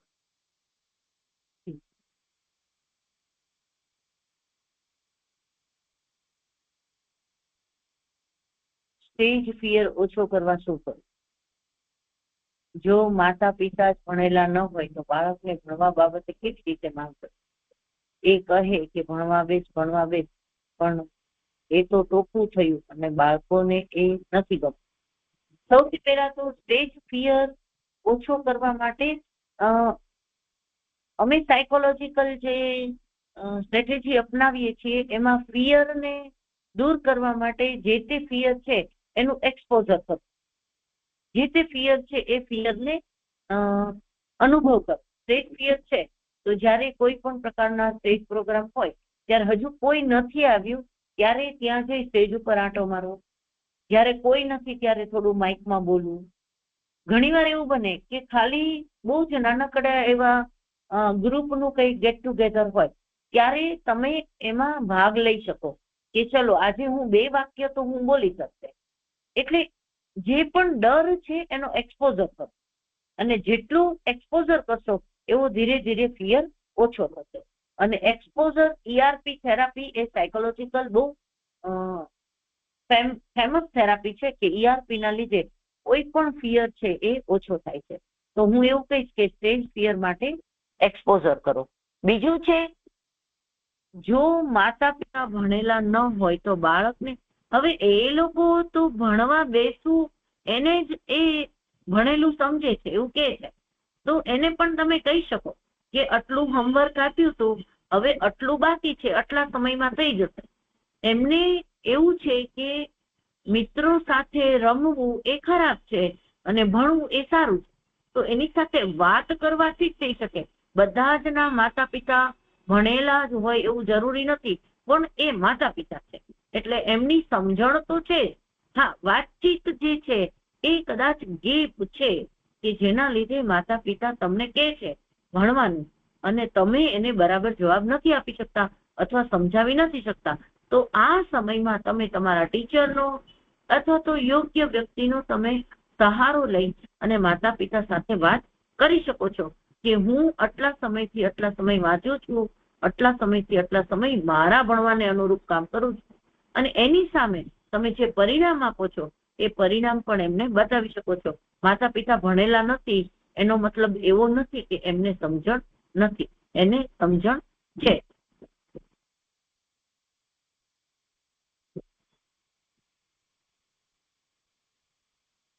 Relationship exploring bed. What is relationship? રિલેશનશિપને આપણે છે ને બહુ નાના દાયરામાં ફિટ કર્યું. રિલેશનશિપ એટલે ગર્લ અને બોય આ બે ના રિલેશનને રિલેશનશિપ કહીએ છીએ. આજે મારો અને તમારો સંબંધ છે એ બી રિલેશનશિપ જ છે. તો રિલેશનશિપ એને એવું કહી શકાય કે એક વ્યક્તિથી બીજી વ્યક્તિથી ત્રીજી વ્યક્તિથી બધાની સાથે રહેતા શીખવું એ રિલેશનશિપ છે. બધાની સાથે એડજસ્ટ થવું એ રિલેશનશિપ છે. અને જો એ આપણે એક્સપ્લોર કરીએ છીએ તો એ કદાચ ખરાબ કહી શકાય નહીં, કારણ કે એ સામાજિક પ્રક્રિયા છે. સમાજમાં એક માણસ બીજા માણસ સાથે એને અનુરૂપ થઈને અથવા તો એ માણસ એકબીજાને અનુરૂપ થઈને રહે છે. તો અનુરૂપ થઈને રહેવું એ જ રિલેશનશિપ છે. તો એને બેડ કેવું એ મારી દ્રષ્ટિએ યોગ્ય નથી. આટલા સિમ્પલ સોલ્યુશન આટલી કોમ્પ્લેક્સ પ્રોબ્લેમ માટે કેમ આવે છે? આ પ્રશ્ન જ મને સમજાતો નથી. સિમ્પલ સોલ્યુશન આટલી કોમ્પ્લેક્સ પ્રોબ્લેમ માટે કેમ આવે છે? પ્રતીકભાઈ, આ મને સમજાતું નથી, શું કહેવા માંગે? એટલે એમની વાત એવી છે કે આપણે જે આ મુદ્દાઓ છે, બરોબર છે, પ્રશ્ન તમે જે જવાબ આપો છો એમાં 2 વસ્તુ હોય છે. એક ટેકનિકલ વસ્તુ, હું આનો જવાબ આપી દઉં મેડમ. અમુક વસ્તુ એવી હોય છે જે ટેકનિકલ હોય છે, જેમ કે કોઈ થેરપી હોય છે કોઈ મુદ્દો હોય છે, બરોબર છે, અને વધારે વિગતે એને કેમ એને સોલ્વ કરવી. અહીંયા મેડમ જે વાત કરે છે ને એ પ્રેક્ટિકલી વાત કરે છે કે ભાઈ તમારા લેવલે તમે શું કરી શકો, તમારા લેવલે. અહીંયા એ વાત છે. સમયનો અભાવ છે વિહારભાઈ, તમારો મને પૂરેપૂરો આદર છે તમારા પ્રશ્નનો, પણ આપણે મેડમને 6:45 છૂટા કરવા છે એટલે વધારે આપણે આમાં નથી કહી શકતા. પણ હું ટૂંકમાં એક જ વાક્ય કહું કે આપણી પાસે જે મેડમ વાત કરે છે ને એ આપણે ડે લાઈફમાં શું ચેન્જ કરાવી શકીએ, માતા પિતા સ્ટુડન્ટ શું ચેન્જ કરાવી શકે, સ્કૂલ વાતાવરણમાં શું ચેન્જ થઈ શકે એની વાત છે. પણ જે વધારે ટેકનિકલ વસ્તુ છે એ તો એક કાઉન્સિલર કે સાયકોલોજીસ્ટ પાસે જઈને જ થઈ શકે. ઓકે મેડમ, હવે તમે નેક્સ્ટ ક્વેશ્ચન ઉપર. ઓકે, નાના બાળકોમાં આત્મવિશ્વાસ વધારવા કઈ ટેકનિક હોઈ શકે? સૌથી વધારે એને સપોર્ટ કરો અને એને આગળ વધારવા માટેના શબ્દોનો યુઝ કરો. દાખલા તરીકે કોઈ સારી વસ્તુ કરીને આવે છે ત્યારે શાબાશ, અથવા એ નથી કરતો તો તું કરી શકે છે, તારામાં ક્ષમતા છે. અને જ્યારે જ્યારે જ્યારે એ સારું કરે છે ત્યારે એને વધાવો. અને જ્યારે બહુ સીધી સાદી બાબત છે કે આપણી લાઈફથી એ કન્ડિશનિંગ છે કે એક સારી બાબતથી આપણે સારી ઘટના બને છે, એની સાથે સારી વસ્તુથી એને વધાવીએ છીએ તો એ કન્ડિશનિંગ બાળકના મગજમાં બેસે છે અને એના લીધે એનો આત્મવિશ્વાસ વધે છે. તો આત્મવિશ્વાસ ઘટવા માટે કોઈ નેગેટિવ કન્ડિશનિંગ થઈ છે તો હવે એને પોઝિટિવ કન્ડિશનિંગમાં ફેરવવાનું છે. રોજ રોજ નાના નાના સ્ટેપ, બહુ જ નાના સ્ટેપ. દાખલા તરીકે અક્ષર સારા કરવા છે, ક સરસ રીતે લખે તો તરત જ કહેવાનું વાહ બહુ સરસ. તો આ એક શબ્દ એને જ્ઞ સુધી સારા શબ્દ લખતા પ્રેરિત કરશે. એટલે આત્મવિશ્વાસ વધારવા માટે ખૂબ જ નાના સ્ટેપમાં એના વખાણ કરો. તું કરી શકે છે, તારામાં એક ક્ષમતા છે, આવા પોઝિટિવ વર્ડ્સ એને ઉપયોગ કરો, જેથી કરીને એના મગજની અંદર એક કન્ડિશનિંગ બનશે. અને કન્ડિશનિંગ કોલેજના વિદ્યાર્થીઓના નશાકારક પદાર્થોનું સેવન કરવાનું, હેરફેર કરવાનું વધ્યું છે. એમાં ગ્રાઉન્ડ લેવલે અને સરકાર લેવલે કેવા પગલાં લેવા જોઈએ? હું આ બાબતે ચર્ચા નહીં કરું કારણ કે બહુ મોટી ચર્ચા છે અને કદાચ જો આ ચર્ચા કરીએ તો આખું ગ્રુપ આમાં એડ થઈ શકશે. હું બહુ નાના અને બિલકુલ નાના પ્રશ્નોના જ જવાબ દઈશ. એ બહુ મોટા પ્રશ્નોના જવાબ હું નહીં દઉં. મેડમ, આપને યોગ્ય લાગે ને એવા બે જ પ્રશ્ન લઈ લો, કારણ કે પ્રશ્નો તો અહીંયા પૂછાવાનું શરૂ જ રહેશે, કલાક થઈ જશે બીજી. એટલે તમને યોગ્ય લાગે એવા બે પ્રશ્ન લઈ લો. ખૂબ સરસ પ્રશ્ન આવ્યો છે. આ ખરેખર ખૂબ સારો છે. What to do remove for procrastination in study. Procrastination નો ગુજરાતી અર્થ છે ટાળવું. આજનું કામ કાલ ઉપર ટાળ. તો એને સૌથી નાનકડા એવા ફોર્મેટમાં આપણે જોઈએ તો એનું તમારે લિસ્ટ બનાવવું જોઈએ કે મારું ટુ ડુ લિસ્ટ શું છે આજનું. અને ટુ ડુ લિસ્ટમાં આપણે ટાળીએ છીએ કે આજનું કાલે કરીએ, તો માત્ર એક જ કામ આજે કરીએ. અગેઇન પ્રોક્રાસ્ટિનેશન પણ હેબિટમાં ના ફોર્મેટમાં છે કે આજે મેં એને ટાળ્યું તો કાલે પણ હું ટાળીશ, પરમ દિવસે પણ હું ટાળીશ. તો એ દરેક વખતે જ્યારે આપણે ટાળીએ છીએ એની પણ આપણામાં ટેવ બને છે.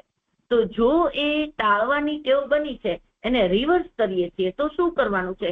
અગેઇન બહુ નાના પગલા. આપણે બહુ મોટી થેરાપી જોતા હોય છે. અમેરિકન થેરાપી તો ખાલી ને ખાલી નાની એક્ટિવિટી સાથે જોડાયેલી છે. દાખલા તરીકે રોજે તમે ઘઉં અને એની અંદર મગ ભેગા કરો ને મગ જુદા કરો તો આપણને એવું થાય કે વોટ ઇઝ ધીસ? આ તો કઈ રીત છે? આ કઈ થેરાપી છે? પણ એ તમને કોઈને કોઈ સાયકોલોજીકલ કન્ડિશનિંગ બાજુ લઈ જાય છે. તો પ્રોક્રાસ્ટિનેશન લાઈક ધેટ કે તમે કોઈ નાના પગલાઓ છે એ શરૂ કરો. ટુ ડુ લિસ્ટ છે એને એમાંથી એક વસ્તુ આજે પૂરી કરી છે, તમને એનો આનંદ થશે. બીજા દિવસે 2 વસ્તુ પૂરી કરશો, એનો તમને આનંદ થશે. ત્રીજા દિવસે 3 વસ્તુ પૂરી કરશો અને ધીરે તમે એ પ્રોક્રાસ્ટિનેશનમાંથી બહાર નીકળશો. પણ એ કરવું પડશે અને એ વિઝ્યુઅલ હોવું જોઈએ. એક વિઝ્યુઅલ બોર્ડ બનાવો, એમાં ગ્રીન અને બ્લુ લાઈન લ્યો, ગ્રીન અને બ્લુ પેન લ્યો અને એમાં તમારા ટુ ડુ લિસ્ટ લખો. અને જ્યારે પૂરું થાય છે ત્યાં તમે ગ્રીન લાઈનથી વાહ, વેરી ગુડ, સ્ટાર આવા પ્રકારના કોઈ પ્રમોટિવ વર્ડ લખો અથવા તો ફોકસ મૂકો, જેના લીધે તમને જોઈને મજા આવશે. તો બીજા દિવસે બોર્ડને પણ તમે જોશો અને 1-2 કામ વધારે કરવા પ્રેરાશો. પ્રોક્રાસ્ટિનેશન ટાળવાની પ્રક્રિયા છે. આ ટાળવાની પ્રક્રિયા હેબિટ ફોર્મેટથી જ ફેરવી શકાય. ચાંદની બેન,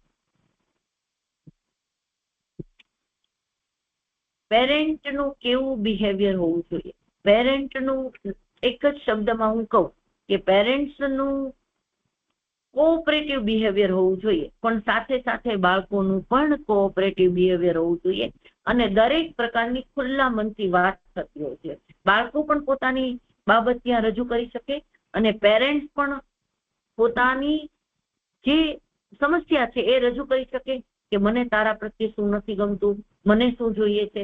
સેમ બાળક પણ પોતાની બાબત બાળક માતા પિતા પાસે રજૂ કરી શકે એવા પ્રકારનું પેરેન્ટિંગ હોવું જોઈએ. અને parenting is already vast big subject.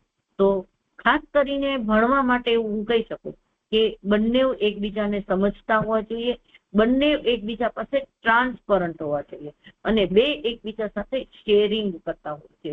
તો અને તો જ બાળક અને પેરેન્ટ સાથે રહી શકશે. આત્મવિશ્વાસ વધારવા શું કરવું? આત્મવિશ્વાસ અગેન હું અહીંયા એક્સપોઝર કહીશ કે એક્સપોઝર કરો.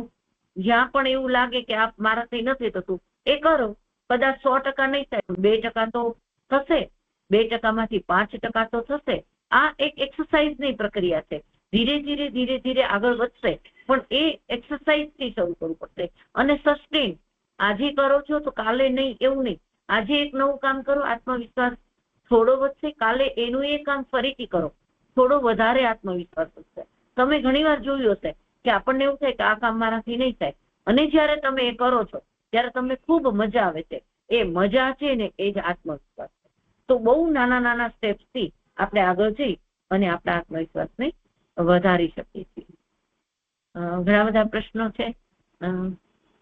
પ્રતિકભાઈ, મેડમ ચિંતા ન કરો આપ. Yes yes you can. તમે જઈ શકો છો. હું બાકીના પ્રશ્નોના જવાબ દેવાનો પ્રયત્ન કરું છું મારાથી શક્ય હોય એટલા, અને બાકી તમે જઈ શકો છો મેડમ.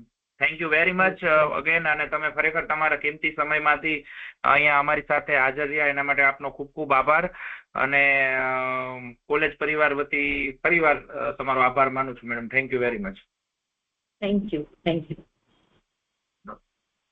ચલો મિત્રો, ક્વેશ્ચન આન્સર ઉપર ફટાફટ જઈએ અને પછી 4-5 પ્રશ્ન લઈ અને આપણે પૂરું કરી દઈએ. બરોબર છે? એટલે તમને એવું ન થાય કે મને જવાબ ન આપ્યો. બરોબર? પછી હું તરત જ હાજરી ઉપર જાઉં છું. આપણે જે 2-4 મુદ્દાઓ રહી ગયા છે વાત કરવાના, અને આ બાબતનો પ્રશ્ન છે ને બહુ બેઝિક છે. Self confidence. આના ઉપર મેં 2 વાર ચર્ચા કરી દીધી છે. સેલ્ફ કોન્ફિડન્સની કોઈ દવાઓ નથી આવતી, કોઈ ઇન્જેક્શન નથી આવતા. સેલ્ફ કોન્ફિડન્સ વધારવા માટેનો એક જ મુદ્દો છે. કાલ ધારાએ તમારી સાથે એને ચર્ચા કરી હતી 5 મિનિટમાં, જો કાલના લેક્ચરમાં હોય તો. કીધું તું લવ યોર સેલ્ફ ફર્સ્ટ. આત્મવિશ્વાસ ક્યાંથી આવે? વિશ્વાસનો મતલબ શું છે? બિલીવ કે હું આ કરી શકું છું. હું આ કરી શકું છું ખબર કેમ પડે?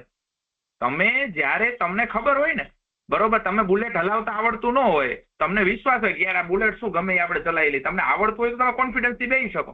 પણ તો એથી સાયકલ જ ન ચલાવી બુલેટ ઉપર તમે જવાના છો? વિશ્વાસ ન થાય? ના ના હો ભાઈ, આમાં ઠોકાઈ જાય, આપણે કોઈ આઈડિયા નથી. સીધી વાત છે કે તમારા અંદર વિશ્વાસ ત્યારે બિલ્ડ થાય કે જ્યારે તમારી અંદર કાં તો નોલેજ હોય, સ્કિલ હોય, અને કાં તો તમારા વિશેની તમને સમજણ હોય. એટલે જો આ સ્ટેજ ફિયરની પણ એક વાત છે. સ્ટેજ ફિયરનો બહુ સરસ પ્રશ્ન હતો, મારે એનો જવાબ તમને દેવો છે કે તમારે સ્ટેજ ફિયર ઘટાડવું હોય ને તો વારંવાર એનો અનુભવ ઘટાડવો પડે, અને એની સાથે સંકળાયેલી જે નકારાત્મક બાબતો છે ને એના વિશેથી વ્યક્તિને એના મનમાંથી દૂર કરવું જોઈએ. હું તમને મારું એક નાનું ઉદાહરણ આપીશ. મારી કોલેજમાં મનોવિજ્ઞાન તત્વજ્ઞાન અભ્યાસ વર્તુળ ચાલતું જ્યારે હું ભણતો ત્યારે, અને એ કોલેજમાં જે અલગ અલગ વિવિધ કાર્યક્રમો થતા, અને હું કોલેજના પહેલા વર્ષ પહેલા મારી જિંદગીમાં હું કોઈ દી સ્ટેજ ઉપર બોલવા ઉભો ન થયો. અમારા મેઘનાથી સાહેબ હતા, રસિક મેઘનાથી સાહેબ, અને મને કે પ્રતિક તારે છે ને કે બોલવાનું છે સ્ટેજ ઉપર જઈને. સાહેબ હું કાંઈ બોલું નહીં, હું મને તો સાહેબ કાંઈ આવડે નહીં. મને કે તને શાયરી આવડે? મેં કીધું હા સાહેબ મને શાયરી આવડે, પણ મેં સાહેબ બીક લાગે, આટલી બધી છોકરીઓ છે હું કેમ બોલે? અરે બોલ બોલ, કે એમાં હું મૂંઝાવાનું? મારા પગ ધ્રુજે, પરસેવો વળી ગયો, ગભરાઈ ગયો, બધા મારી સામું જોઈને દાંત કાઢે, અને હું સ્ટેજ ઉપર ચડ્યો અને પછી હું શાયરી બોલ્યો. શાયરીમાં હું એક વાક્ય ભૂલી ગયો ને વળી પાછું બોલ્યો. બોલ્યા પછી સાહેબે ઉભા થઈને એટલું કીધું કે વાહ પ્રતિક વાહ, બહુ સરસ, શાબાશ. જોયું પ્રતિકે કેટલી સરસ શાયરી બોલી. આ એક મારો અનુભવ, મને એમ થયું કે મારા સાહેબે મારી વસ્તુને ધ્યાને લીધી અને મને બીજી વખત હવે ઊભું થવું જોઈએ. પછી જ્યારે પણ કાર્યક્રમ હોય એટલે ઊભો થતો. બીજા વર્ષના સેકન્ડ યરની વાત કરું. સેકન્ડ યરના કાર્યક્રમમાં મને એન્કરિંગ સાહેબે સોંપ્યું કે પ્રતિક તારે એન્કરિંગ કરવાનું. સાહેબ પણ મેં કોઈ કર્યું નથી. કર, કઈ તકલીફ પડે હું બેઠો છું, કર. આ માતા પિતા અને શિક્ષકનો શું રોલ હોઈ શકે અહીંયા તમને એનો અનુભવ આવે છે. પછી એ બીજા વર્ષમાં મેં એન્કરિંગ કર્યું અને તમે નહીં માનો, મને એટલો બધો કોન્ફિડન્સ આવી ગયો કે કોલેજના તૃતીય વર્ષની અંદર એક સેક્રેટરીનું પદ હોય કે જે મનોવિજ્ઞાન તત્વજ્ઞાન અભ્યાસ વર્તુળ નથી. હું સેક્રેટરી બન્યો અને હું મારી નીચેના 200-500 વિદ્યાર્થીઓ મનોવિજ્ઞાન તત્વજ્ઞાનના બધાનું હું લીડ કરતો અને દરેક કાર્યક્રમોનું આયોજન હું પોતે કરતો. તો આ સ્ટેજ વાઇઝ 3 વર્ષમાં મારો કેવી રીતે સ્ટેજ ફિયર દૂર થયો અહીંયા બતાવે છે કે કોન્ફિડન્સ બિલ્ડઅપ થવા માટે શું જરૂરી છે. પહેલી વસ્તુ તો અનુભવ, રિયલ લાઈફ એક્સપિરિયન્સ. જ્યાં સુધી તમે ખરેખર એ વાતાવરણનો અનુભવ નહીં કરો ત્યાં સુધી તમારો અંદર રહેલો એ છુપો ડર દૂર નહીં થાય. બીજી વસ્તુ ખરેખર નોલેજ. તમે જે વિષય બોલતા હો, જેમ કે તમે કાલ મને કોઈ કીધું હતું મેન્ટલ સ્ટેટસ એક્ઝામિનેશન, મને એના વિશે ઊંડાઈની નથી ખબર, ખાલી બેઝિક્સ ખબર છે. મેં ત્યારે જ કહી દીધું કે સોરી મને એની બેઝિક્સ જ ખબર છે. તો તમને જે જ્ઞાન નથી તો એના વિશે તમને મૂંઝવણ થાય, સ્વાભાવિક છે. તો નોલેજ જો તમારી અંદર હશે તો તમને કોઈ ચિંતા નહીં થાય, ડર નહીં લાગે. ત્રીજો પોઈન્ટ છે કે તમારા પ્રો અને કોન્સની ખબર હોય. આ વારંવાર મેં કીધું કે પોતાની જાત વિશેની ખબર હોવી. હું શું છું, બરોબર છે, મારી અંદર રહેલી ક્ષમતા, યોગ્યતા, નબળાઈની જાણકારી હોય તો હું સરસ રીતે આ વસ્તુ કરી શકું. તો આ બધા મુદ્દાઓ છે, મને એવું લાગે છે સેલ્ફ કોન્ફિડન્સ માટે મહત્વના છે. ઇમોશન, જો ઇમોશનાલિટી છે ને એનો મતલબ છે કે તમે વધારે પડતા લાગણીશીલ છો, આવેગશીલ છો. અને એ લાગણીશીલ આવેગશીલ કાં તો તમારા વ્યક્તિત્વનો એક ભાગ છે અને કાં તો વાતાવરણમાં જે ઉદ્દીપક છે એની વધારે પડતી પ્રતિક્રિયા છે. આ એક આદત છે, હેબિટ છે. આપણે બિહેવિયર થેરાપીમાં આને વિશે વાત કરી હતી. અને હેબિટ ચેન્જ કરવા માટે થઈને સ્ટિમ્યુલસ, સામેનું જે તમારું રિએક્શન છે બરોબર, એટલે કે રિસ્પોન્સ છે, એ રિસ્પોન્સ કેવી રીતે ઘટે એના કારણે વારંવાર ઉદ્દીપકનો સામનો કરો અને ત્યારે તમારે એની આવેગશીલતામાં ઘટાડો થઈ શકે. તો પહેલી વસ્તુ, બે વસ્તુ છે. એક વસ્તુ છે કે તમને આ આવેગોને ઘટાડે કોણ? તો પેલા તો કાં તમારા સ્તરે તમે પ્રયત્ન કરી શકો કે એ વસ્તુને અતિ ગંભીરતાથી ન લો, વધારે પડતું મહત્વ ન આપો, એ વસ્તુને ધ્યાને ન લો, વિચારોમાં ન લો, આપોઆપ એનો આવેગ ઘટશે. અને છતાં આ બધું કરવા છતાં તો તમારા નિયંત્રણની બહાર છે આ આવેગોનું નિયંત્રણ કરવું, તો એક નિષ્ણાંત મનોવૈજ્ઞાનિક કે સલાહકારની મદદથી અલગ અલગ પદ્ધતિઓથી તમે આવેગમાં નિયંત્રણ કરી શકશો. જેમ કે પ્રોગ્રેસિવ રિલેક્સેશન ટેકનિકની આપણે જેકોબ્સનની વાત કરી હતી, સિસ્ટમેટિક ડિસેન્સિટાઇઝેશનની વાત કરી હતી. આ બધી પદ્ધતિઓથી તમે આવી શકો છો. પછી આવે છે સ્ટેજ ફિયર વિશે મેં વાત કરી હતી. એક્ઝામની સારી પ્રિપરેશન કર્યા પછી પણ એક્ઝામ આવે ત્યારે જો તમારું મૂલ્યાંકન થવાનો ભય છે ને, આ માનવ સહજ પ્રક્રિયા. તમને આવડતું હોય, તમને એવું થાય આના ઉપરથી મારા આ પરફોર્મન્સ ઉપરથી મારું કારકિર્દી નક્કી થવાની છે. આ બહુ મહત્વનું છે. હું તમને એક ઉદાહરણ દઉં.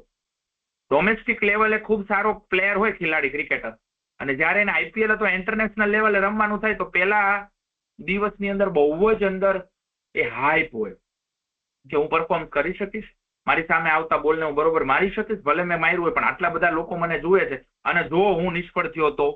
એટલે ક્યાંક મનની અંદર છુપાયેલો જે નિષ્ફળતાનો ભય છે ને એ તમને રોકે છે, તમને અટકાવે છે. એટલે તમે એનાથી બિંદાસ થઈ જાવ. Whatever the result, I will accept it. કંઈ પણ પરિણામ આવે મને એનાથી કોઈ ફરક પડતો નથી, કેમ કે મારું કામ કર્મ કરવાનું છે. ભગવદ્ ગીતાની વાત કરી હતી, કાલ આધ્યાત્મની મનોવિજ્ઞાનની વાત કરી હતી. બહુ સારો મુદ્દો છે. કર્મ નો કરવું એટલે કે મારી અંદર જે ક્ષમતા છે, પોટેન્શિયલ છે, નોલેજ છે, એનાથી હું ધી બેસ્ટ આપવાનો પ્રયત્ન કરીશ. જે પણ રિઝલ્ટ આવે, I will accept it, I will don't care about it, whatever the result. આ એક મનની અંદર ઠાલી, તમને ખબર નહીં પડે તમારું એવું સરસ સરસ રિઝલ્ટ આવશે. પછી ભાઈ કે છે કે ma'am we have to support and guide student in their love relation or we should stop them. No, you have to guide. Look, મેં તમને કીધું, ખાસ કરીને હું કોલેજ લાઈફની વાત કરું છું. મારી પાસે અઢળક કિસ્સાઓ આવે છે. અઢળક એટલે અઢળક. મેં કોઈ વિદ્યાર્થીને એવું નથી કીધું કે આ તારા લવ થી બધું બંધ કરી દેજો. આ બધું નાટક બંધ કરી દેજે, આ સારું નથી, આ ખરાબ છે, નહીં. સ્કૂલ લેવલે કદાચ તમે થોડા લેવલે કહી શકો જ્યાં તમે માત્ર ટીચરના રોલમાં છો, કાઉન્સિલરના કે સાયકોલોજીસ્ટમાં નથી, પણ તમે ટીચરના રોલમાં હોય ત્યારે થોડું તમે કરી શકો અને એને ગાઈડ કરી શકો કે બેટા આમાં શું શું નુકસાન છે, હજી તું નાની છો, હજી તું મેચ્યોર નથી, તને સારા ખરાબની સમજ નથી, આમાં વધુ સારું શું હોય. પણ જ્યારે 18 વર્ષ ઉપર કોલેજમાં જાય છે, એડલ્ટ થઈ જાય છે, ત્યારે એને આપણે સાચી દિશા બતાવવાની છે કે વધુ સારું યોગ્ય શું હોઈ શકે અને આ જે કઈ પરિસ્થિતિ છે એના પરિણામો શું હોઈ શકે, આની પાછોતરી અસર શું હોઈ શકે. હું મારા વિદ્યાર્થીઓને ઘણીવાર મારા વર્ગખંડમાં સામાન્યકરણ કરીને કહેતો હોય, આઈડેન્ટિફાઈ કરીને ઘણીવાર મારે કેવું હોય ને કોઈ બાબત માટે, તો હું એમ ના કહું કે XYZ તે આવું કેમ કર્યું. હું એને વર્ગખંડમાં બહુ એક સામાન્ય મુદ્દા તરીકે લઉં કે પ્રેમ કરશો, પ્રેમમાં ઘડી ઘડી તો મજા આવશે શરૂઆતમાં, પણ પાછોતરી તમને બહુ એની પીડા થશે, તો તમે સુખ કરતા મોટું દુઃખ ભોગવવા જઈ રહ્યા છો. કારણ કે તમે જાણો છો કે આપણો સમાજ બહુ સંકુચિત છે, આપણો સમાજ જ્ઞાતિ જાતિના વાળામાં વેચાયેલો છે, આપણો સંબંધ પ્રેમ સંબંધને બહુ સરળતાથી સ્વીકારતો નથી. એટલે તમારે બહુ મોટા સંઘર્ષનો સામનો કરવા માટે માનસિક તૈયારી હોય તો જ આમાં પડજો. આ હું સામાન્ય રીતે મોટા જૂથને કહી શકું, પણ વ્યક્તિગત એમ ના કહી શકું કે આ વસ્તુ ખરાબ છે, આ ન કરાય. આના વિશે આગળના વ્યાખ્યાનોમાં બહુ મોટી ચર્ચાઓ મેં કરેલી છે. તો જજમેન્ટલ બન્યા વગર તમારે એને દિશાઓ બતાવવાની છે, અને એની મેળે નિર્ણય લેવા દો કે વધુ સારું શું છે, શું ખરાબ છે, અને એની રીતે એક બિલકુલ નિર્ણય લેશે. કાલના લેક્ચર ને કાલની બાબત વિશે હું છેલ્લે તમને જ્યારે એટેન્ડન્સ ભરશો ત્યારે હું એના વિશે માહિતી આપીશ.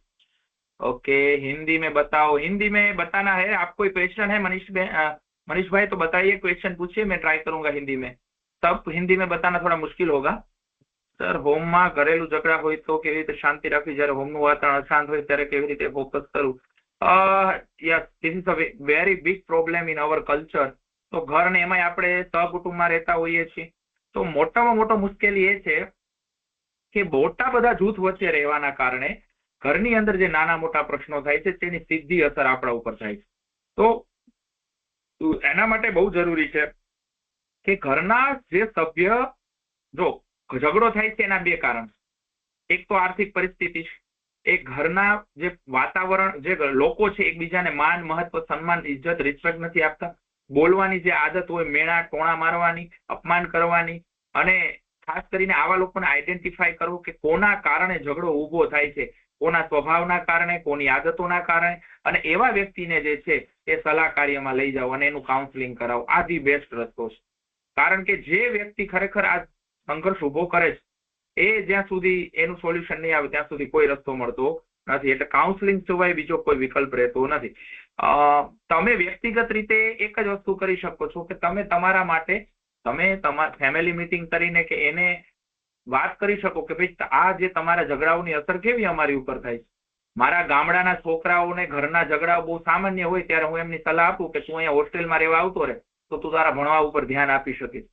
આ વસ્તુ ભલે કાયમી ઉપચાર નથી, પણ વાસ્તવિક રીતે એની જે ધ્યાન છે એ ફોકસ કરી શકે આ વસ્તુ હોય ત્યારે. એટલે આ વસ્તુ महत्वनी है.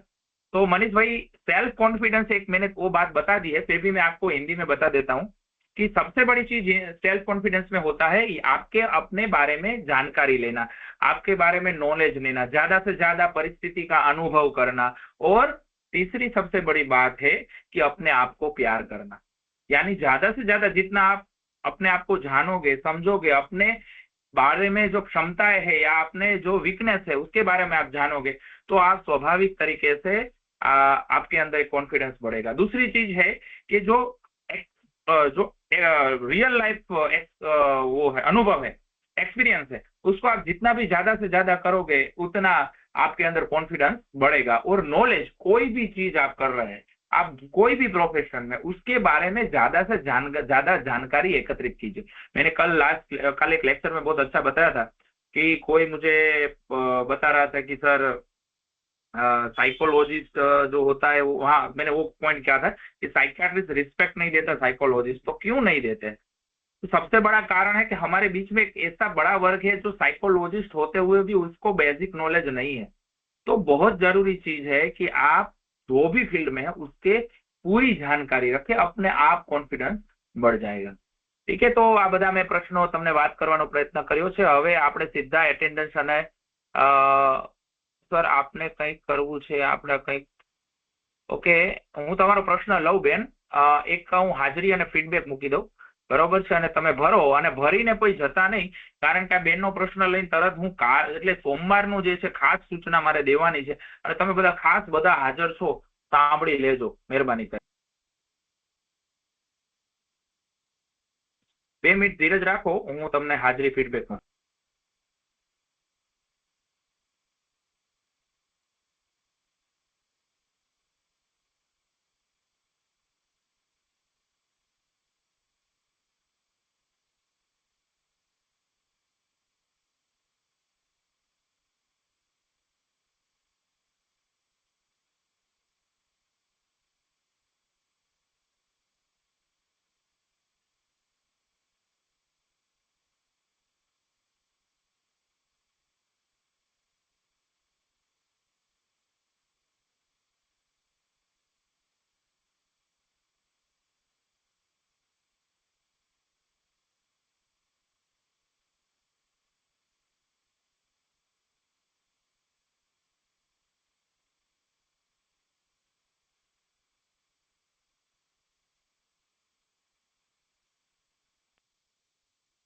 મિત્રો હાજરી અને ફીડબેક મૂકી દીધા છે, અને એક છેલ્લો બેનનો જે ક્વેશ્ચન હતો હું લેવાનો પ્રયત્ન કરું છું.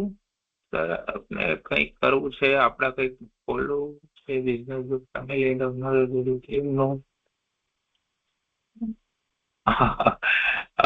ફેમિલી એલાવ નથી કરતી. There are many practical reason, જેમ કે આર્થિક પ્રશ્નો હોઈ શકે, બીજા ઘણા બધા પ્રશ્નો હોઈ શકે. આ એક જો કે વિષય 12નો પ્રશ્ન છે, પણ મનોવૈજ્ઞાનિક બાબતની વાત કરું તો તમે જ્યાં સુધી એમ એને વિશ્વાસ નહીં અપાવો કે જે હું આ બિઝનેસ કરવા જઈ રહ્યો છું ત્યાં મને સક્સેસ રેટ વધારે છે અને હું આમાં 100% સફળ થઈશ, કેમ કે અત્યારે કોઈ જોખમ લેવા માંગતું નથી. ઓકે, સારું. હવે હું સોમવારની કેટલીક મહત્વની સૂચના ઉપર બધા ધ્યાનથી સાંભળજો મહેરબાની કરીને, અને તમારી ફીડબેક હાજરી પૂરતા હોય પૂરી લે, પાછા લેફ્ટ ન થઈ જતા. 5 જ મિનિટ હું લઈશ, પછી આપણે તમે આ લેક્ચર આપણે પૂરો કરી દઈશું. સૌથી પોઈન્ટ ઈ છે સોમવારનો આપણો ટાઈટ શેડ્યુલ છે, અને એમાં જે પહેલો લેક્ચર છે 3 થી 4 નો, જયવંત મકવાણા સાહેબ, જે પોતે ગુજરાતના પહેલા રિહેબિલિટેશન પ્લસ ક્લિનિકલ સાયકોલોજીસ્ટ, એટલે કે એમને પીજીડીઆરપી પણ કરેલું છે અને એમફિલ ઇન ક્લિનિકલ સાયકોલોજી પણ કરેલું છે, અને મારા ક્લાસમેટ્સ હતા જ્યારે હું એમની સાથે બીએમ ઇન્સ્ટિટ્યૂટમાં ભણતો હતો ત્યારે. મારા ખાસ અંગત મિત્રતા છે, અને મારા આગ્રહના કારણે એવો આપણી સાથે 3 વાગે જોડાવાના છે. તો મારી એવી આશા છે, 3 વાગ્યાનો આપણો મોટે ભાગે સુવાનો ટાઈમ હોય છે, પણ એક દિવસની ઊંઘ બગાડશો એવી હું તમારી પાસે અપેક્ષા રાખું છું. અને 3 થી 4 ઘણા ટેકનિકલ, જેમ કે મેન્ટલ સ્ટેટસ એક્ઝામિનેશનનો કોઈ પ્રશ્ન પૂછ્યો તો એવા ઘણા બધા ટેકનિકલ પ્રશ્નો છે, કોઈ થેરપીના ટેકનિકલ પ્રશ્નો છે, એવી બધી જ બાબતો વિશે એ તમને વધારે સારી રીતે ઊંડાઈથી તમને જવાબ આપી શકે છે એવું હું સમજુ છું. તો તમે એવા બધા જ પ્રશ્નો લઈને એમની સામે આવી શકો છો. લગભગ 45 મિનિટનો એ લેક્ચર લેશે, ઓવરવ્યુ આપશે. 3 મોટા ટોપિક છે, પણ મેં એમને કીધું છે ઓવરવ્યુ આપી દે, અને ત્યારબાદ એ 15-20 મિનિટમાં શક્ય હોય એટલા મહત્તમ પ્રશ્નોના જવાબ આપશે. તો અને પોતે હાલ એમને જીપીએસસી પાસ કરીને અત્યારે સરકારી હોસ્પિટલ ખેડા ખાતે હમણાં જ હજી એમને વર્ષ પહેલા કરી, બીએમ ઇન્સ્ટિટ્યૂટમાં બહુ સમય સુધી પોતે એક અધ્યાપક તરીકે પણ કામ કર્યું છે, અને અત્યારે એ ખેડામાં સરકારી હોસ્પિટલમાં એઝ અ ક્લિનિકલ સાયકોલોજીસ્ટ કામ કરે છે. તો આ બહુ સારા એવા ગેસ્ટ લેક્ચરરનો આપણે ફાયદો ઉપાડવાનો છે. હવે સોમવારના હાજરી ફીડબેકની વાત કરી દઉં. આપણે જે દરેક લેક્ચરમાં અલગ અલગ હાજરી અને ફીડબેક લઈએ છીએ, તો 4 વાગે જ્યારે સાહેબનું લેક્ચર પૂરું થાય એવું તરત હું તમને 2 હાજરી અને 2 ફીડબેક, એટલે કુલ ટોટલ 4, જેમ આપણે નિયમિત 2 હોય છે એવી રીતે આપી દઈશ. કારણ કે 6 થી 7 નો આપણો જે લેક્ચર છે નવીન પટેલ સાહેબનો, એ બહુ પછી તરત જ આપણે વેલિડિટી ફંક્શનમાં તરફ જવાનું છે, અને આપણી પાસે એ હાજરી પૂરવાનો બિલકુલ સમય રહેશે નહીં. તો હું તમારી પાસે લેક્ચર પહેલા આવું, આમ તો અનએથિકલી કહેવાય, પણ થોડુંક ટેકનિકલી અને શેડ્યુલને આપણે મેન્ટેન કરવા માટે થઈને હું 4 વાગે ઈ છે તમારો 6 વાગ્યાનો લેક્ચર અને આ 2, પણ એનો મતલબ એવો નથી કે પાછું 6 વાગ્યાના લેક્ચરમાં હાજર ન રહેવું, કેમ કે નવીન પટેલ સાહેબ પોતે નિવૃત્ત અધ્યાપક છે, વર્ષો સુધી એમને મનોવિજ્ઞાનના અધ્યાપક તરીકે કામ કર્યું છે, અને એડિક્શન નો જે લેક્ચર છે, ઘણા બધા લોકો મને એડિક્શન નું જાણવા માંગતા હતા, તો તમે જે છે એ કરજો. આવું છું ચાંદનીબેન, એક્ઝામ ઉપર પણ આવું છું. વેઇટ, હું બધા પોઈન્ટ તમને કહી દઉં એટલે તમારા મનના બધા જ પ્રશ્ન દૂર થઈ જાય. તો એ હાજરી પૂતે પછી 6 વાગે આપણે એક્ઝેક્ટ છે એ નવીન પટેલ સાહેબનું લેક્ચર 6 થી 7 શરૂ કરીશું. જેવો લેક્ચર પૂરો થશે એટલે વેલિડિટી ફંક્શન શરૂ થશે. એમાં મુખ્યત્વે આપણા પ્રિન્સિપાલ સાહેબ, જે અમારા કોલેજના એમપી શાહના ડોક્ટર અમિત કુમાર મિશ્રા સાહેબ હાજર રહેશે, સાથે ડોક્ટર સમ્યક મકવાણા સાહેબ હાજર રહેશે, મારા કોલેજના અધ્યક્ષ, અને જે ગેસ્ટ ફેકલ્ટીઓને મેં કીધું છે જેને જેને અનુકૂળતા હશે, જેમ કે નીતા યાદવ મેડમ છે, ભરત વૈદ સાહેબ છે, પારુલ શુક્લા મેડમ છે, જયવંતભાઈ છે, અને જે નવીન પટેલ સાહેબ છે, આ પૈકીના જેને અનુકૂળતા હશે, સમય હશે, એને આપણે હાજર રાખીશું. વેલિડિટી ફંક્શન કેમ ચલાવીશું એ ખાસ અહીંયા સમજી લો. આ બધાને હું કહું છું. નંબર 1 કે આપણે એ દિવસે ફીડબેક લેવાના છે. જો ભાઈ ફીડબેક અને હાજરી મેં મૂકી દીધી છે આજના લેક્ચરની, મહેરબાની કરી મને વ્યક્તિગત મેસેજ કરશો, હું તમને ત્યારે આપી દઈશ આજના લેક્ચરની. અત્યારે હું સોમવારની વાત કરું છું, એની સૂચના ખાસ ધ્યાનથી સાંભળો. હું કહેતો તો વેલિડિટી ફંક્શન કેમ ચલાવીશું. તો સૌથી પહેલું અને મહત્વનું કામ છે તમારા પ્રતિભાવો લેવાનું. આપણે જે મહેમાનોને પણ પછી તક આપશું, પણ તમારા પ્રતિભાવો સારા હોય નબળા હોય, જો ઘણા બધા, હું કઈ everyone is not a perfect, હું પોતે પરફેક્ટ નથી, મારી ઘણી ભૂલો હશે, ઘણી સમસ્યાઓ હશે, મેં જે કીધું હશે એ 100% સાચું હશે એવું જરૂરી નથી, પણ મારા અનુભવમાં, મારા નોલેજમાં હતું, મેં કીધું છે, અને ઘણા બધા અધ્યાપકોએ પોતાની યોગ્યતા અને અનુભવ પ્રમાણે કીધું હોય. એટલે નો વન ઇઝ પરફેક્ટ. તમને કદાચ જ્યાં યોગ્ય ન લાગતું હોય તેનો અસ્વીકાર પણ કરી શકો છો. તો અહીંયા ફીડબેકની અંદર તમારે એ તમારા જે પ્રતિભાવો જે પણ હોય, અહીંયા હું બિલકુલ એવું નહીં કહું કે માત્ર ને માત્ર પોઝિટિવ. જો એના આધારે અમને આગળના કાર્યક્રમો કરવાની ખબર પડે. પહેલું તો કરવું કે નહીં, બીજું કરવા તો કેવી રીતે કરવા, ત્રીજું તો કરીએ તો શું શું વાતનું ધ્યાન રાખવું, આ દરેક વસ્તુ મને ખબર પડે. એટલે દરેક વ્યક્તિને આપણે 2 મિનિટ બોલવાનો ટાઈમ આપશું, નહીં કે આપણે મેસેજથી. તો અહીંયા શું કરીશું કે જેને જેને ફીડબેક આપવા છે, મેસેજ પણ ગ્રુપમાં મૂકી દીધો, એટલે આજે સંજોગો વરસાદ હાજર નથી, એને કદાચ ફીડબેક આપવા હોય તો આપી શકે. માત્ર 2 જ મિનિટ ફીડબેક આપી શકશો. તમે એવું હોય તો અગાઉથી લખીને રાખો અથવા તો પોઈન્ટ નોટ કરી રાખજો. દરેક વ્યક્તિને મહત્તમ 2 જ મિનિટમાં જે સારા અને નબળા બંને પોઈન્ટ તમારે જે આપવા હોય આપી શકશો. અને આપણે શક્ય હોય એટલા મેક્સિમમ લોકોને સમાવવાનો પ્રયત્ન કરશું. એટલે પહેલી અડધી કલાક મેં આખી રિઝર્વ રાખી છે તમારા ફીડબેક માટે. એટલે મેક્સિમમ એવું હું સમજુ છું કે 15 લોકોના આપણે ફીડબેક લઈ શકશું. તો જેને જેને પણ ફીડબેક આપવા છે શાબ્દિક રીતે, તમે ફોર્મથી તો બધાય કમ્પલસરી આપવાના જ છે, પણ વર્બલી તમારે અહીંયા બોલીને આપવા છે, તો 10 થી 15 લોકો જેને જેને પણ બોલવા છે એ સમય સીમાને ધ્યાનમાં રાખીને 2 જ મિનિટમાં એ પોતાના ફીડબેક આપવા હોય એ મને વ્યક્તિગત મેસેજ કરજો. ચોક્કસ હું એને ધ્યાનમાં લઈ અને તમારા ફીડબેક આપવાની તક આપીશ. ત્યારબાદ મારા પ્રિન્સિપાલ છે, એચઓડી છે, એ પોતાના વિચારો કહેશે આ કોર્સમાં જે બાબતમાં જે કઈ છે એ. અને ત્યારબાદ આપણા મહેમાનો પૈકી જેને કઈ બોલવું હશે એ બોલશે. અને બિલકુલ 8 વાગે આપણો વેલિડિટી ફંક્શન પૂરો થશે. 8 વાગે વેલિડિટી ફંક્શન જેવો પૂરો થશે એવો તરત જ આપણા મહેમાનો એ મીટિંગમાંથી દૂર થશે. પણ સૌથી મહત્વનો પોઈન્ટ ચાલુ થશે અને એ છે MCQ ટેસ્ટ અને ફાઇનલ ફીડબેક ફોર્મ. આ 2 પોઈન્ટ જે છે એ નોંધી રાખજો. હવે MCQ ટેસ્ટ વિશેના કેટલાક બાબતો હું કહી દઉં. MCQ ટેસ્ટ છે એની અંદર કુલ 35 પ્રશ્નો હશે, જેમ મેં અગાઉ વાત કરી હતી, અને જેના કુલ 70 માર્ક હશે. આ 35 પ્રશ્નો ઇંગ્લિશ અને ગુજરાતી બંને ભાષામાં પ્રશ્નો મેં રાખ્યા છે. બધા જ પ્રશ્નો ગુજરાતી અને અંગ્રેજી છે, જે બહુ સરળ ઓપ્શન છે. એક એક શબ્દમાં કોન્ફિડન્સ છે, આ એવા જે વાક્યો છે, ત્યાં મને લાગ્યું નથી કે ગુજરાતી શબ્દની જરૂર હોય, એટલે મેં ત્યાં ગુજરાતી શબ્દ મૂક્યા નથી. બાકી જે મોટા મોટા વાક્યો છે એમાં મેં ઓપ્શનમાં પણ ગુજરાતી આપેલા છે.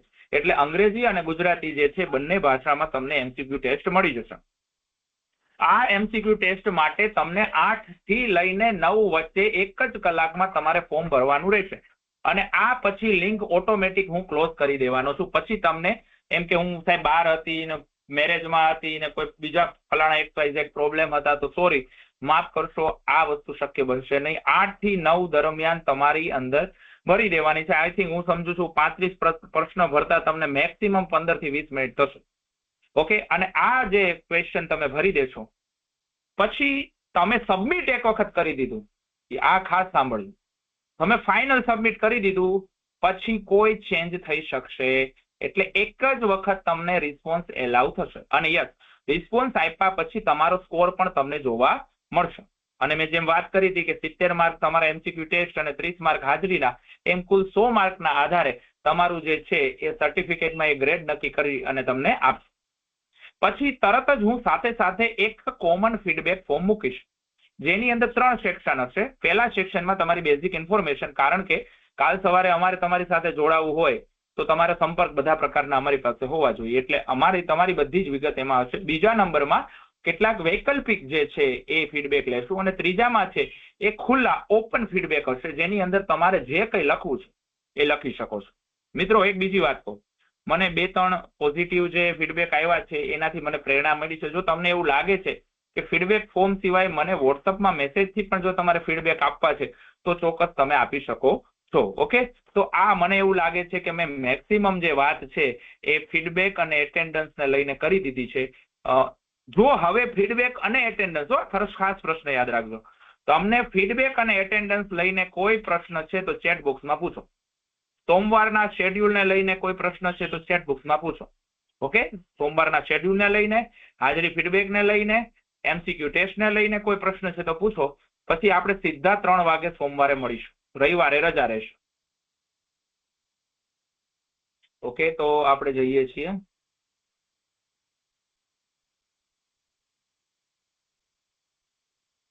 ઓકે, એક્ઝામ ટાઈમ મેં કહી દીધું, રાતે 8 થી 9 ની વચ્ચે 1 કલાકમાં તમારે આખું ફોર્મ ભરી અને સબમિટ કરી દેવાનું છે. સબમિટ કર્યા પછી બીજી તક તમને મળવાની નથી. આજની લિંક મેં કીધું એમ વ્યક્તિગત મેસેજ કરજો, હું આપી દઈશ. મારો અવાજ નથી આવતો મિત્રો? આઈ ડોન્ટ થિંક કે મારો અવાજ નહીં આવતો હશે. આવે છે અવાજ? યસ નો લખો 1-2. ઓકે, ઠીક છે આરતીબેન, થેન્ક યુ. વળી પાછા આપણે પ્રશ્નો ઉપર જતા રહી. તમારા કોઈ પ્રશ્નો હોય તો સર મંડે હું પેલા બોલીશ. ઓકે, જેને બોલવું છે મને તમે મેસેજ કરજો, હું બધાને તક આપીશ, કોઈને પણ નહીં છોડું. ટાઈમર રાખી છે? નો, ટાઈમર નથી રાખી, ચિંતા ના કરો આરતીબેન. પણ 1 કલાકનો સમય એટલે આપેલો છે કે પછી ઘણીવાર 9 વાગ્યા પછી પણ ઘણીવાર એવું થશે કે લોકો ફોર્મ ભરે તો આપણો પરીક્ષાનો કોઈ મતલબ રહેતો નથી. એટલે 8 થી 9 વચ્ચે જ તમારે ફોર્મ ભરવાનું છે. અને હું માનું છું કે 20 મિનિટ તમારા માટે ઇનફ છે. 35 પ્રશ્નો જે બધા જ વૈકલ્પિક છે અને બહુ ઈઝી. 80% પ્રશ્ન તો એટલા ઈઝી છે, કદાચ આ કોર્સ તમને ન કર્યો હોય તો તમને આવડે એવા છે મોટા ભાગના, ને મનોવિજ્ઞાનના વિદ્યાર્થીઓને તો ખાસ. હા, મેં ખોટું નહીં બોલું, 20 થી 25% પ્રશ્નો એવા રાખ્યા છે કે જે બહુ જ અઘરા છે. અને એનું કારણ છે કે મારે તમારા ગ્રેડ વચ્ચે જો ડિફરન્સ લાવવો હોય તો અઘરા પ્રશ્નો પૈકી જો તમે જવાબ આપી શકો તો જ તમે તમારી યોગ્યતા નક્કી કરી શકો હું. એટલે બાકી તમે લગભગ બધા ક્લિયર કરી શકશો, એ બાબતની કોઈ ચિંતા કરતા નહીં. ટાઈમર રાખી છે? નથી રાખી. રોંગ આન્સરમાં લેસ ના, એવું કાંઈ નથી શેખભાઈ. રોંગ આન્સર નહીં. તમે સાચા આપો તો યસ મળશે માર્ક, નકર નહીં મળે. એક્ઝામના રિઝલ્ટ પછી આન્સર શીટ, હા, મેં લગભગ એવું ટ્રાય કર્યું છે કે તમને મેલ મળી જાય, બરોબર છે, એટલે જોઈએ છીએ, છતાં સેટિંગમાં હું એકવાર જોઈ લઈશ. नेगेटिव मार्किंग नहीं। यस मनीष भाई, मैं हिंदी में बता देता हूं कि आपकी जो एमसीक्यू टेस्ट है रात को 8 से 9 बजे के बीच में होगी। दोपहर 3 से 4 लेक्चर होगा, 6 से 7 एक दूसरा लेक्चर होगा और 7 से 8 है ये हमारी फाइनल एग्जाम होगी। और वो जो फाइनल एग्जाम है उसके अंदर हमें एमसीक्यू टेस्ट में 35 क्वेश्चन और टोटल 70 मार्क्स हो गए। और एमसीक्यू टेस्ट में आप बहुत इजी क्वेश्चन हो गए, इसलिए कोई चिंता नहीं है। 8 से 9 के बीच में ही भरना होगा और सिर्फ एक ही रिस्पॉन्स दे सकते हैं, दूसरा रिस्पॉन्स आप दे नहीं सकते। तो यही बेसिक चीज है, कोई नेगेटिव मार्किंग नहीं है, कोई टाइमर नहीं है, कुछ नहीं। हाँ, टाइम वाइज નું લિસ્ટ હું ગ્રુપમાં મૂકીશ ખુશ્બુબેન, પણ તમને હું ખાલી એટલું કહી દઉં કે 3 થી 4 આપણો જય સરનો લેક્ચર છે, પછી 4 વાગે આપણે બે જ લેક્ચરની 6 વાગ્યાની અને 3 વાગ્યાની બેયની હાજરી અને ફીડબેક તમારી પાસે ભરાવી લેશું। 6 થી 4 નવીન પટેલ સરનો લેક્ચર છે અને 7 વાગે વેલિડિટી ફંક્શન છે અને 8 થી 9 છે એ તમે તમારા એ એમસીક્યુ ટેસ્ટ અને ફીડબેક માટે છે। યસ યસ, ફીડબેક અને એમસીક્યુ ટેસ્ટ છે એ હું ગ્રુપમાં જ મૂકીશ, ગ્રુપમાં કઈ વોટ્સઅપમાં નહીં મૂકું, અહીંયા જ બધું જે હશે અહીંયા મેદાનમાં જ થશે। ના, માઇનસ સિસ્ટમ નથી। મેં તમને કીધું ફીડબેકની અંદર તમારે 2 સેક્શન, આમ તો 3 સેક્શન, પહેલું તમારી બેઝિક ઇન્ફોર્મેશન છે બધી, બીજું સેક્શન છે એ તમારે એમસીક્યુ ટાઈપ ક્વેશ્ચન છે સાદા, અને ત્રીજું છે ઓપન ફીડબેક છે. અને જો તમે વોટ્સઅપમાં મને કોઈ પર્સનલી પણ કોઈ ફીડબેક પોઝિટિવ નેગેટિવ આપવા માંગતા, પણ તમને એક ખાલી સૂચન આપું કે તમારો કોઈ નેગેટિવ છે અથવા ઇન્ફોર્મેટિવ છે કોઈ વસ્તુ, તો એને અલગ ફીડબેક તરીકે આપજો. મને વોટ્સઅપમાં આપો ત્યારની વાત, ઓલામાં તમે બે સાથે લખી શકો છો. તો તમે વોટ્સઅપમાં આપો ત્યારે પોઝિટિવ હોય અલગ આપજો, નેગેટિવ હોય એક અલગ મેસેજથી આપજો, એટલે બે વસ્તુની મને ખ્યાલ આવે. પછી ભાગ્ય મિશ્રા કે છે રેસની લિંક વોટ્સઅપમાં આવશે કે નહીં? નહીં નહીં, એમસીક્યુ અને અહીંયા જ આવશે બધું, આપણે અહીંયા જ આપીશું. અને એવું લાગશે તો હું 2-3 વખત રિપીટ પણ કરી દઈશ લિંક. 8 થી 9 દરમિયાન હું તમારી સાથે જ રહીશ. બધાને લિંક ભરાઈ ગઈ એનો વિશ્વાસ કરીશ અને પછી જ હું લેટ્સ કહીશ. એટલે તમે ટેન્શન ન કરો. રોજ જેવું નહીં થાય 15 મિનિટ પછી હું એમ કહીશ કે પછી ગ્રુપમાં આપો. બધાને લિંક મળી ગઈ હોય, બધા લિંક ભરવા માંડે, ભરાઈ જાય, બધા જ છૂટી જાય, કોલ 0 થઈ જાય, પછી હું છોડીશ તમને, ચિંતા ન કરો. હા, હું ગ્રુપમાં મૂકી દઈશ મૃણાલીબેન. હા, એ પણ હું ગ્રુપમાં મૂકી દઈશ, ચિંતા ન કરો. કોનો લેક્ચર ક્યારે છે એવું બધું જ જણાવી દઈશ. ઓકે, મંડે નું શેડ્યુલ મેં 2-3 વાર કીધું, છતાં હું એકવાર શોર્ટમાં કહી દઉં છું કે 3 થી 4 જય સરનો લેક્ચર છે. 4 વાગે આપણે બે લેક્ચરની એટલે કે 6 થી 7 ને 3 થી 4 ના હાજરી અને ફીડબેક લઈશું. 6 થી 7 છે નવીન પટેલ સરનો લેક્ચર, પછી તરત વેલિડેટરી ફંક્શન રહેશું. ઓકે, માઇનસ સિસ્ટમ નથી ના, હાર્ડ કોપી નહીં આપીએ. સર્ટિફિકેટ તમને પીડીએફ, ચલો સર્ટિફિકેટની એક વાત કરી દઉં. સર્ટિફિકેટ તમને પીડીએફમાં મળશે અને એમાં તમારો ગ્રેડ દર્શાવેલો હશે, તમારું નામ હશે, મારી, સમ્યક સરની અને પ્રિન્સિપલ સરની સાઇન વાળું વ્યવસ્થિત તમને certificate government of Gujarat MP Shah arts and science college લખેલું મળી જશે. પણ એ તમને પીડીએફ મળશે. હાર્ડ કોપી શું કામ નહીં? તો આ સરકારી કોલેજ છે, અહીંયા તમે કોઈ ફી ભરી નથી અને ફી નથી, તો એ પૈસા આપણે ક્યાંથી લાવવા? એટલે અહીંયા સોફ્ટ કોપીમાં જ આપશું. તમારી રીતે કલર પ્રિન્ટ કઢાવીને એને સરસ લેમિનેશન કરાવી દેજો. ના, વોટ્સઅપમાં નહીં આવે ભાઈ. ફરીને તમે પ્રશ્ન ન પૂછશો, સૂચનાઓ મૂકશો. આ ગ્રુપમાં મૂકી દઉં છું, ચિંતા ના કરો. હો, ગ્રુપમાં જ આવશે. એટેન્ડન્સ ફીડબેક મોકલો. અચ્છા, આજની ફીડબેક એટેન્ડન્સ મને વ્યક્તિગત મોકલજો જેને નથી ભરાણી. હા, 8 થી 9 રાતે. પણ જો એનો મતલબ એવો નથી કે 8 થી 9 સીધા પરીક્ષામાં જ હાજર રહ્યો. થોડું તમારી અંદર પણ એ હોવું જોઈએ કે વેલિડિટી ફંક્શન કેટલું ઇમ્પોર્ટન્ટ છે, કેટલા બધા મહાનુભાવો છે, અને તમે રોજની જેમ અહીંયા 100 હાજર હોય અને પછી જયારે પરીક્ષા વખતે સીધા 100-200 થઈ જાવ તો એ વસ્તુ યોગ્ય નથી. થોડુંક તમે નૈતિકતા સમજો. તો મને કેટલી બધી વસ્તુ મેં ચલાવી લીધી છે, સમજી લો. મને નથી ખબર પડતી કોણ જોડાય છે કોણ નહીં. મને નામ જો ખબર છે ઘણા બધાની, પણ મને એમ થાય કે ચલો જેને રસ છે એટલા તો હાજર છે, નથી એ. પણ મારું તમને બધાને એક આગ્રહપૂર્વક વિનંતી છે કે તમે રાતે 8 થી 9 પહેલાનું સેશન એટલે કે 7 થી 8 માં ફરજિયાત હાજર રહ્યો. કારણ કે આ બધાની વચ્ચે એ લોકો હાજરી જોશે. મારા પ્રિન્સિપાલ મારું મૂલ્યાંકન કરશે, પ્રતિકભાઈ તમે આ ટેસ્ટ કોર્સ ચલાવ્યો છે ખરેખર કેવો હતો, અને મને પાછી મારી બીજી વાર કોર્સ ચાલુ કરવો છે તો મને કોલેજ તરફથી પરમિશન મળશે કે નહીં એ બીજો પ્રશ્ન થશે. એટલે તમારી હાજરી અનિવાર્ય છે 7 થી 8 માં ખાસ. બીજામાંય છે જ પણ આમાં ખાસ. ઓકે, ગુજરાતી અને અંગ્રેજી માધ્યમ. કિંજલબેન, મેં તમને કહી દીધું ગુજરાતી અને અંગ્રેજી માધ્યમમાં આવશે. ઓકે, તીર્થીભાઈ સર આ કોર્સ પછી બીજી કોઈ કોર્સ? ના, આ કોર્સ સર્ટિફિકેટ કોર્સ છે, એડવાન્સ કોર્સ છે. આ તમારા નોલેજ માટે ખાસ છે. આ સર્ટિફિકેટ તમે કોઈ કાઉન્સિલરની પોસ્ટ હોય ત્યાં બતાવી શકો કે મારી પાસે આ વિશેષ નોલેજ છે, એક્સપિરિયન્સ છે. પણ આ સર્ટિફાઈડ, જેમ આરસીઆઈ તમને સર્ટિફાઈડ કરીને કોઈ સર્ટિફિકેટ આવે એવું નથી. એના માટે રેગ્યુલર કોર્સ કરવો પડે વર્ષ દીનો, અને એના માટે થઈને તમારે પ્રેક્ટિકલ એક્સપિરિયન્સ કરવો પડે, અને એના માટે મિનિમમ એલિજિબિલિટી હોય. આ કોર્સ તમારી એક વધારાની એડ ઓન એલિજિબિલિટી છે, વધારાની એક લાયકાત છે. તમે એમ કહી શકો કે મારી પાસે કાઉન્સેલિંગનું નોલેજ છે. બાકી આના આધારે ક્યાંય તમને લાયકાત મળી જાય, નોકરી મળી જાય એવું કઈ થવાનું નથી.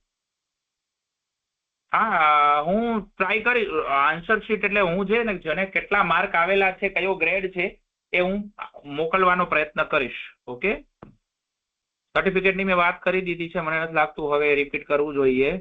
ટેસ્ટનો રૂલ સાથે કેવી રીતે? રૂલ્સ કઈ નથી. 35 ક્વેશ્ચન, બધા એમસીક્યુ ટાઈપ, અને મેં તમને ત્યાં સુધી કહી દીધું કે ઇંગ્લિશ અને ગુજરાતી બંને ભાષામાં છે. કોઈ ટાઈમ લિમિટ નથી, કોઈ નેગેટિવ માર્કિંગ નથી. તમારે બસ ભરવા માંડવાનું છે ફટાફટ. અને 80% પ્રશ્ન બહુ સરળ પ્રકારના છે, સાવ સામાન્ય.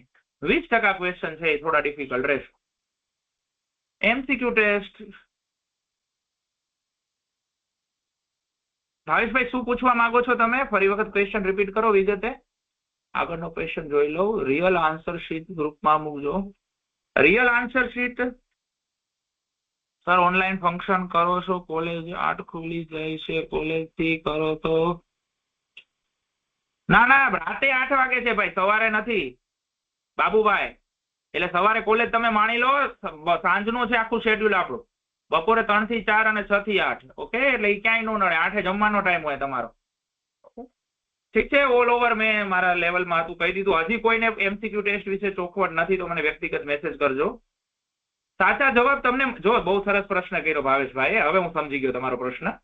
આ વસ્તુ મેં ખાસ ધ્યાનમાં રાખી હતી અને મને એવું હતું કે એમસીક્યુ ટેસ્ટમાં જ્યારે આપણે જવાબ આપીએ તો એ પૈકીનો સાચો કયો અને ખોટો કયો, તો એના માટે તમે જે ક્વેશ્ચન આપશો ને જો તમારો જો સાચો છે એનો મતલબ તમે સમજી ગયા છો ને સાચો છે, એટલે એમાં કઈ તમારે વિચારવાનું રહેતું. પણ ઘણા પ્રશ્ન તમે ખોટા આપ્યા છે તો એ તમને દરેક પ્રશ્નમાં ખરેખર ખોટો કયો છે એટલે આન્સર ફીડબેક જેને કહેવાય એ તમને મળશે કે આ આન્સર અહીંયા કયો હોવો જોઈએ સાચો અને શું કામ હોવો જોઈએ. નીચે 2 લીટી લખેલી પણ આવશે, એટલે ટેન્શન ફ્રી થઈ જાય. સાચો એ સાચો જ છે એટલે એમાં કઈ મોટો પ્રશ્ન રહેતો નથી. એટલે આ રીતનું આપણે સિસ્ટમ એવી બનાવેલી છે. ઓકે, ગૂગલ ફોર્મ છે. યસ, ગૂગલ ફોર્મ જ છે ભાઈ, સીધું સરળ, એટલે કોઈ ટેન્શન કરવાની જરૂર નથી. કે છે અમારા જૂના ફોનમાં ના ગૂગલ ફોર્મ છે, બધે ખુલશે. ઓકે, ચાલો, થેન્ક યુ વેરી મચ. તમને કોઈ વ્યક્તિગત પ્રશ્ન હોય તો મને મેસેજ કરી દેજો અને હું હજી લેખિત સ્વરૂપે શેડ્યુલ જે છે એ મૂકીશ. એટલે ડોન્ટ વરી, બી હેપી. અને બધાને અગાઉથી સોમવારના શેડ્યુલ માટે અને ખાસ કરીને એમસીક્યુ ટેસ્ટ માટે બેસ્ટ ઓફ લક. અને ખાસ કરીને તમને જે મેં પોસ્ટર મોકલા છે કદાચ તમે એમાંથી વાંચી લેશો ને, બધા પોસ્ટર એકવાર જોઈ લેશો ને તો લગભગ ક્વેશ્ચન તમને આન્સર મળી જશે એવું મારું માનવું છે. બહુ ડીપમાં રીડિંગ કરવાની જરૂર નથી. હા, કરો એ સારું છે તમારા બ્રોડ નોલેજ માટે થઈને, વધારે માટે. બીજું એક મારે ખાસ કહેવું છે કે ઘણા જે લોકો છે એ સારા પુસ્તક સજેસ્ટ કરતા હતા. આવા કોઈ પુસ્તક હોય, મટીરિયલ હોય તો તમે મને શેર કરજો, હું ગ્રુપમાં મૂકીશ. આપણું અહીંયા કામ છે બધાનું વિકાસ, બધાનું નોલેજ વધે. ઓકે, અહીંયા એવું નથી કે મારું જ બધું દેવાનું જ તમને. તમારી પાસે કઈ નોલેજ હોય તો આપણે બિલકુલ એને શેર કરીશું. ઓકે, ચલો, થેન્ક યુ વેરી મચ. બધાનો ખૂબ ખૂબ આભાર. જી બિલકુલ, થેન્ક યુ. ચલો, આવજો. Good evening. આપણે અહીંયા સેશન પૂરો કરીએ છીએ.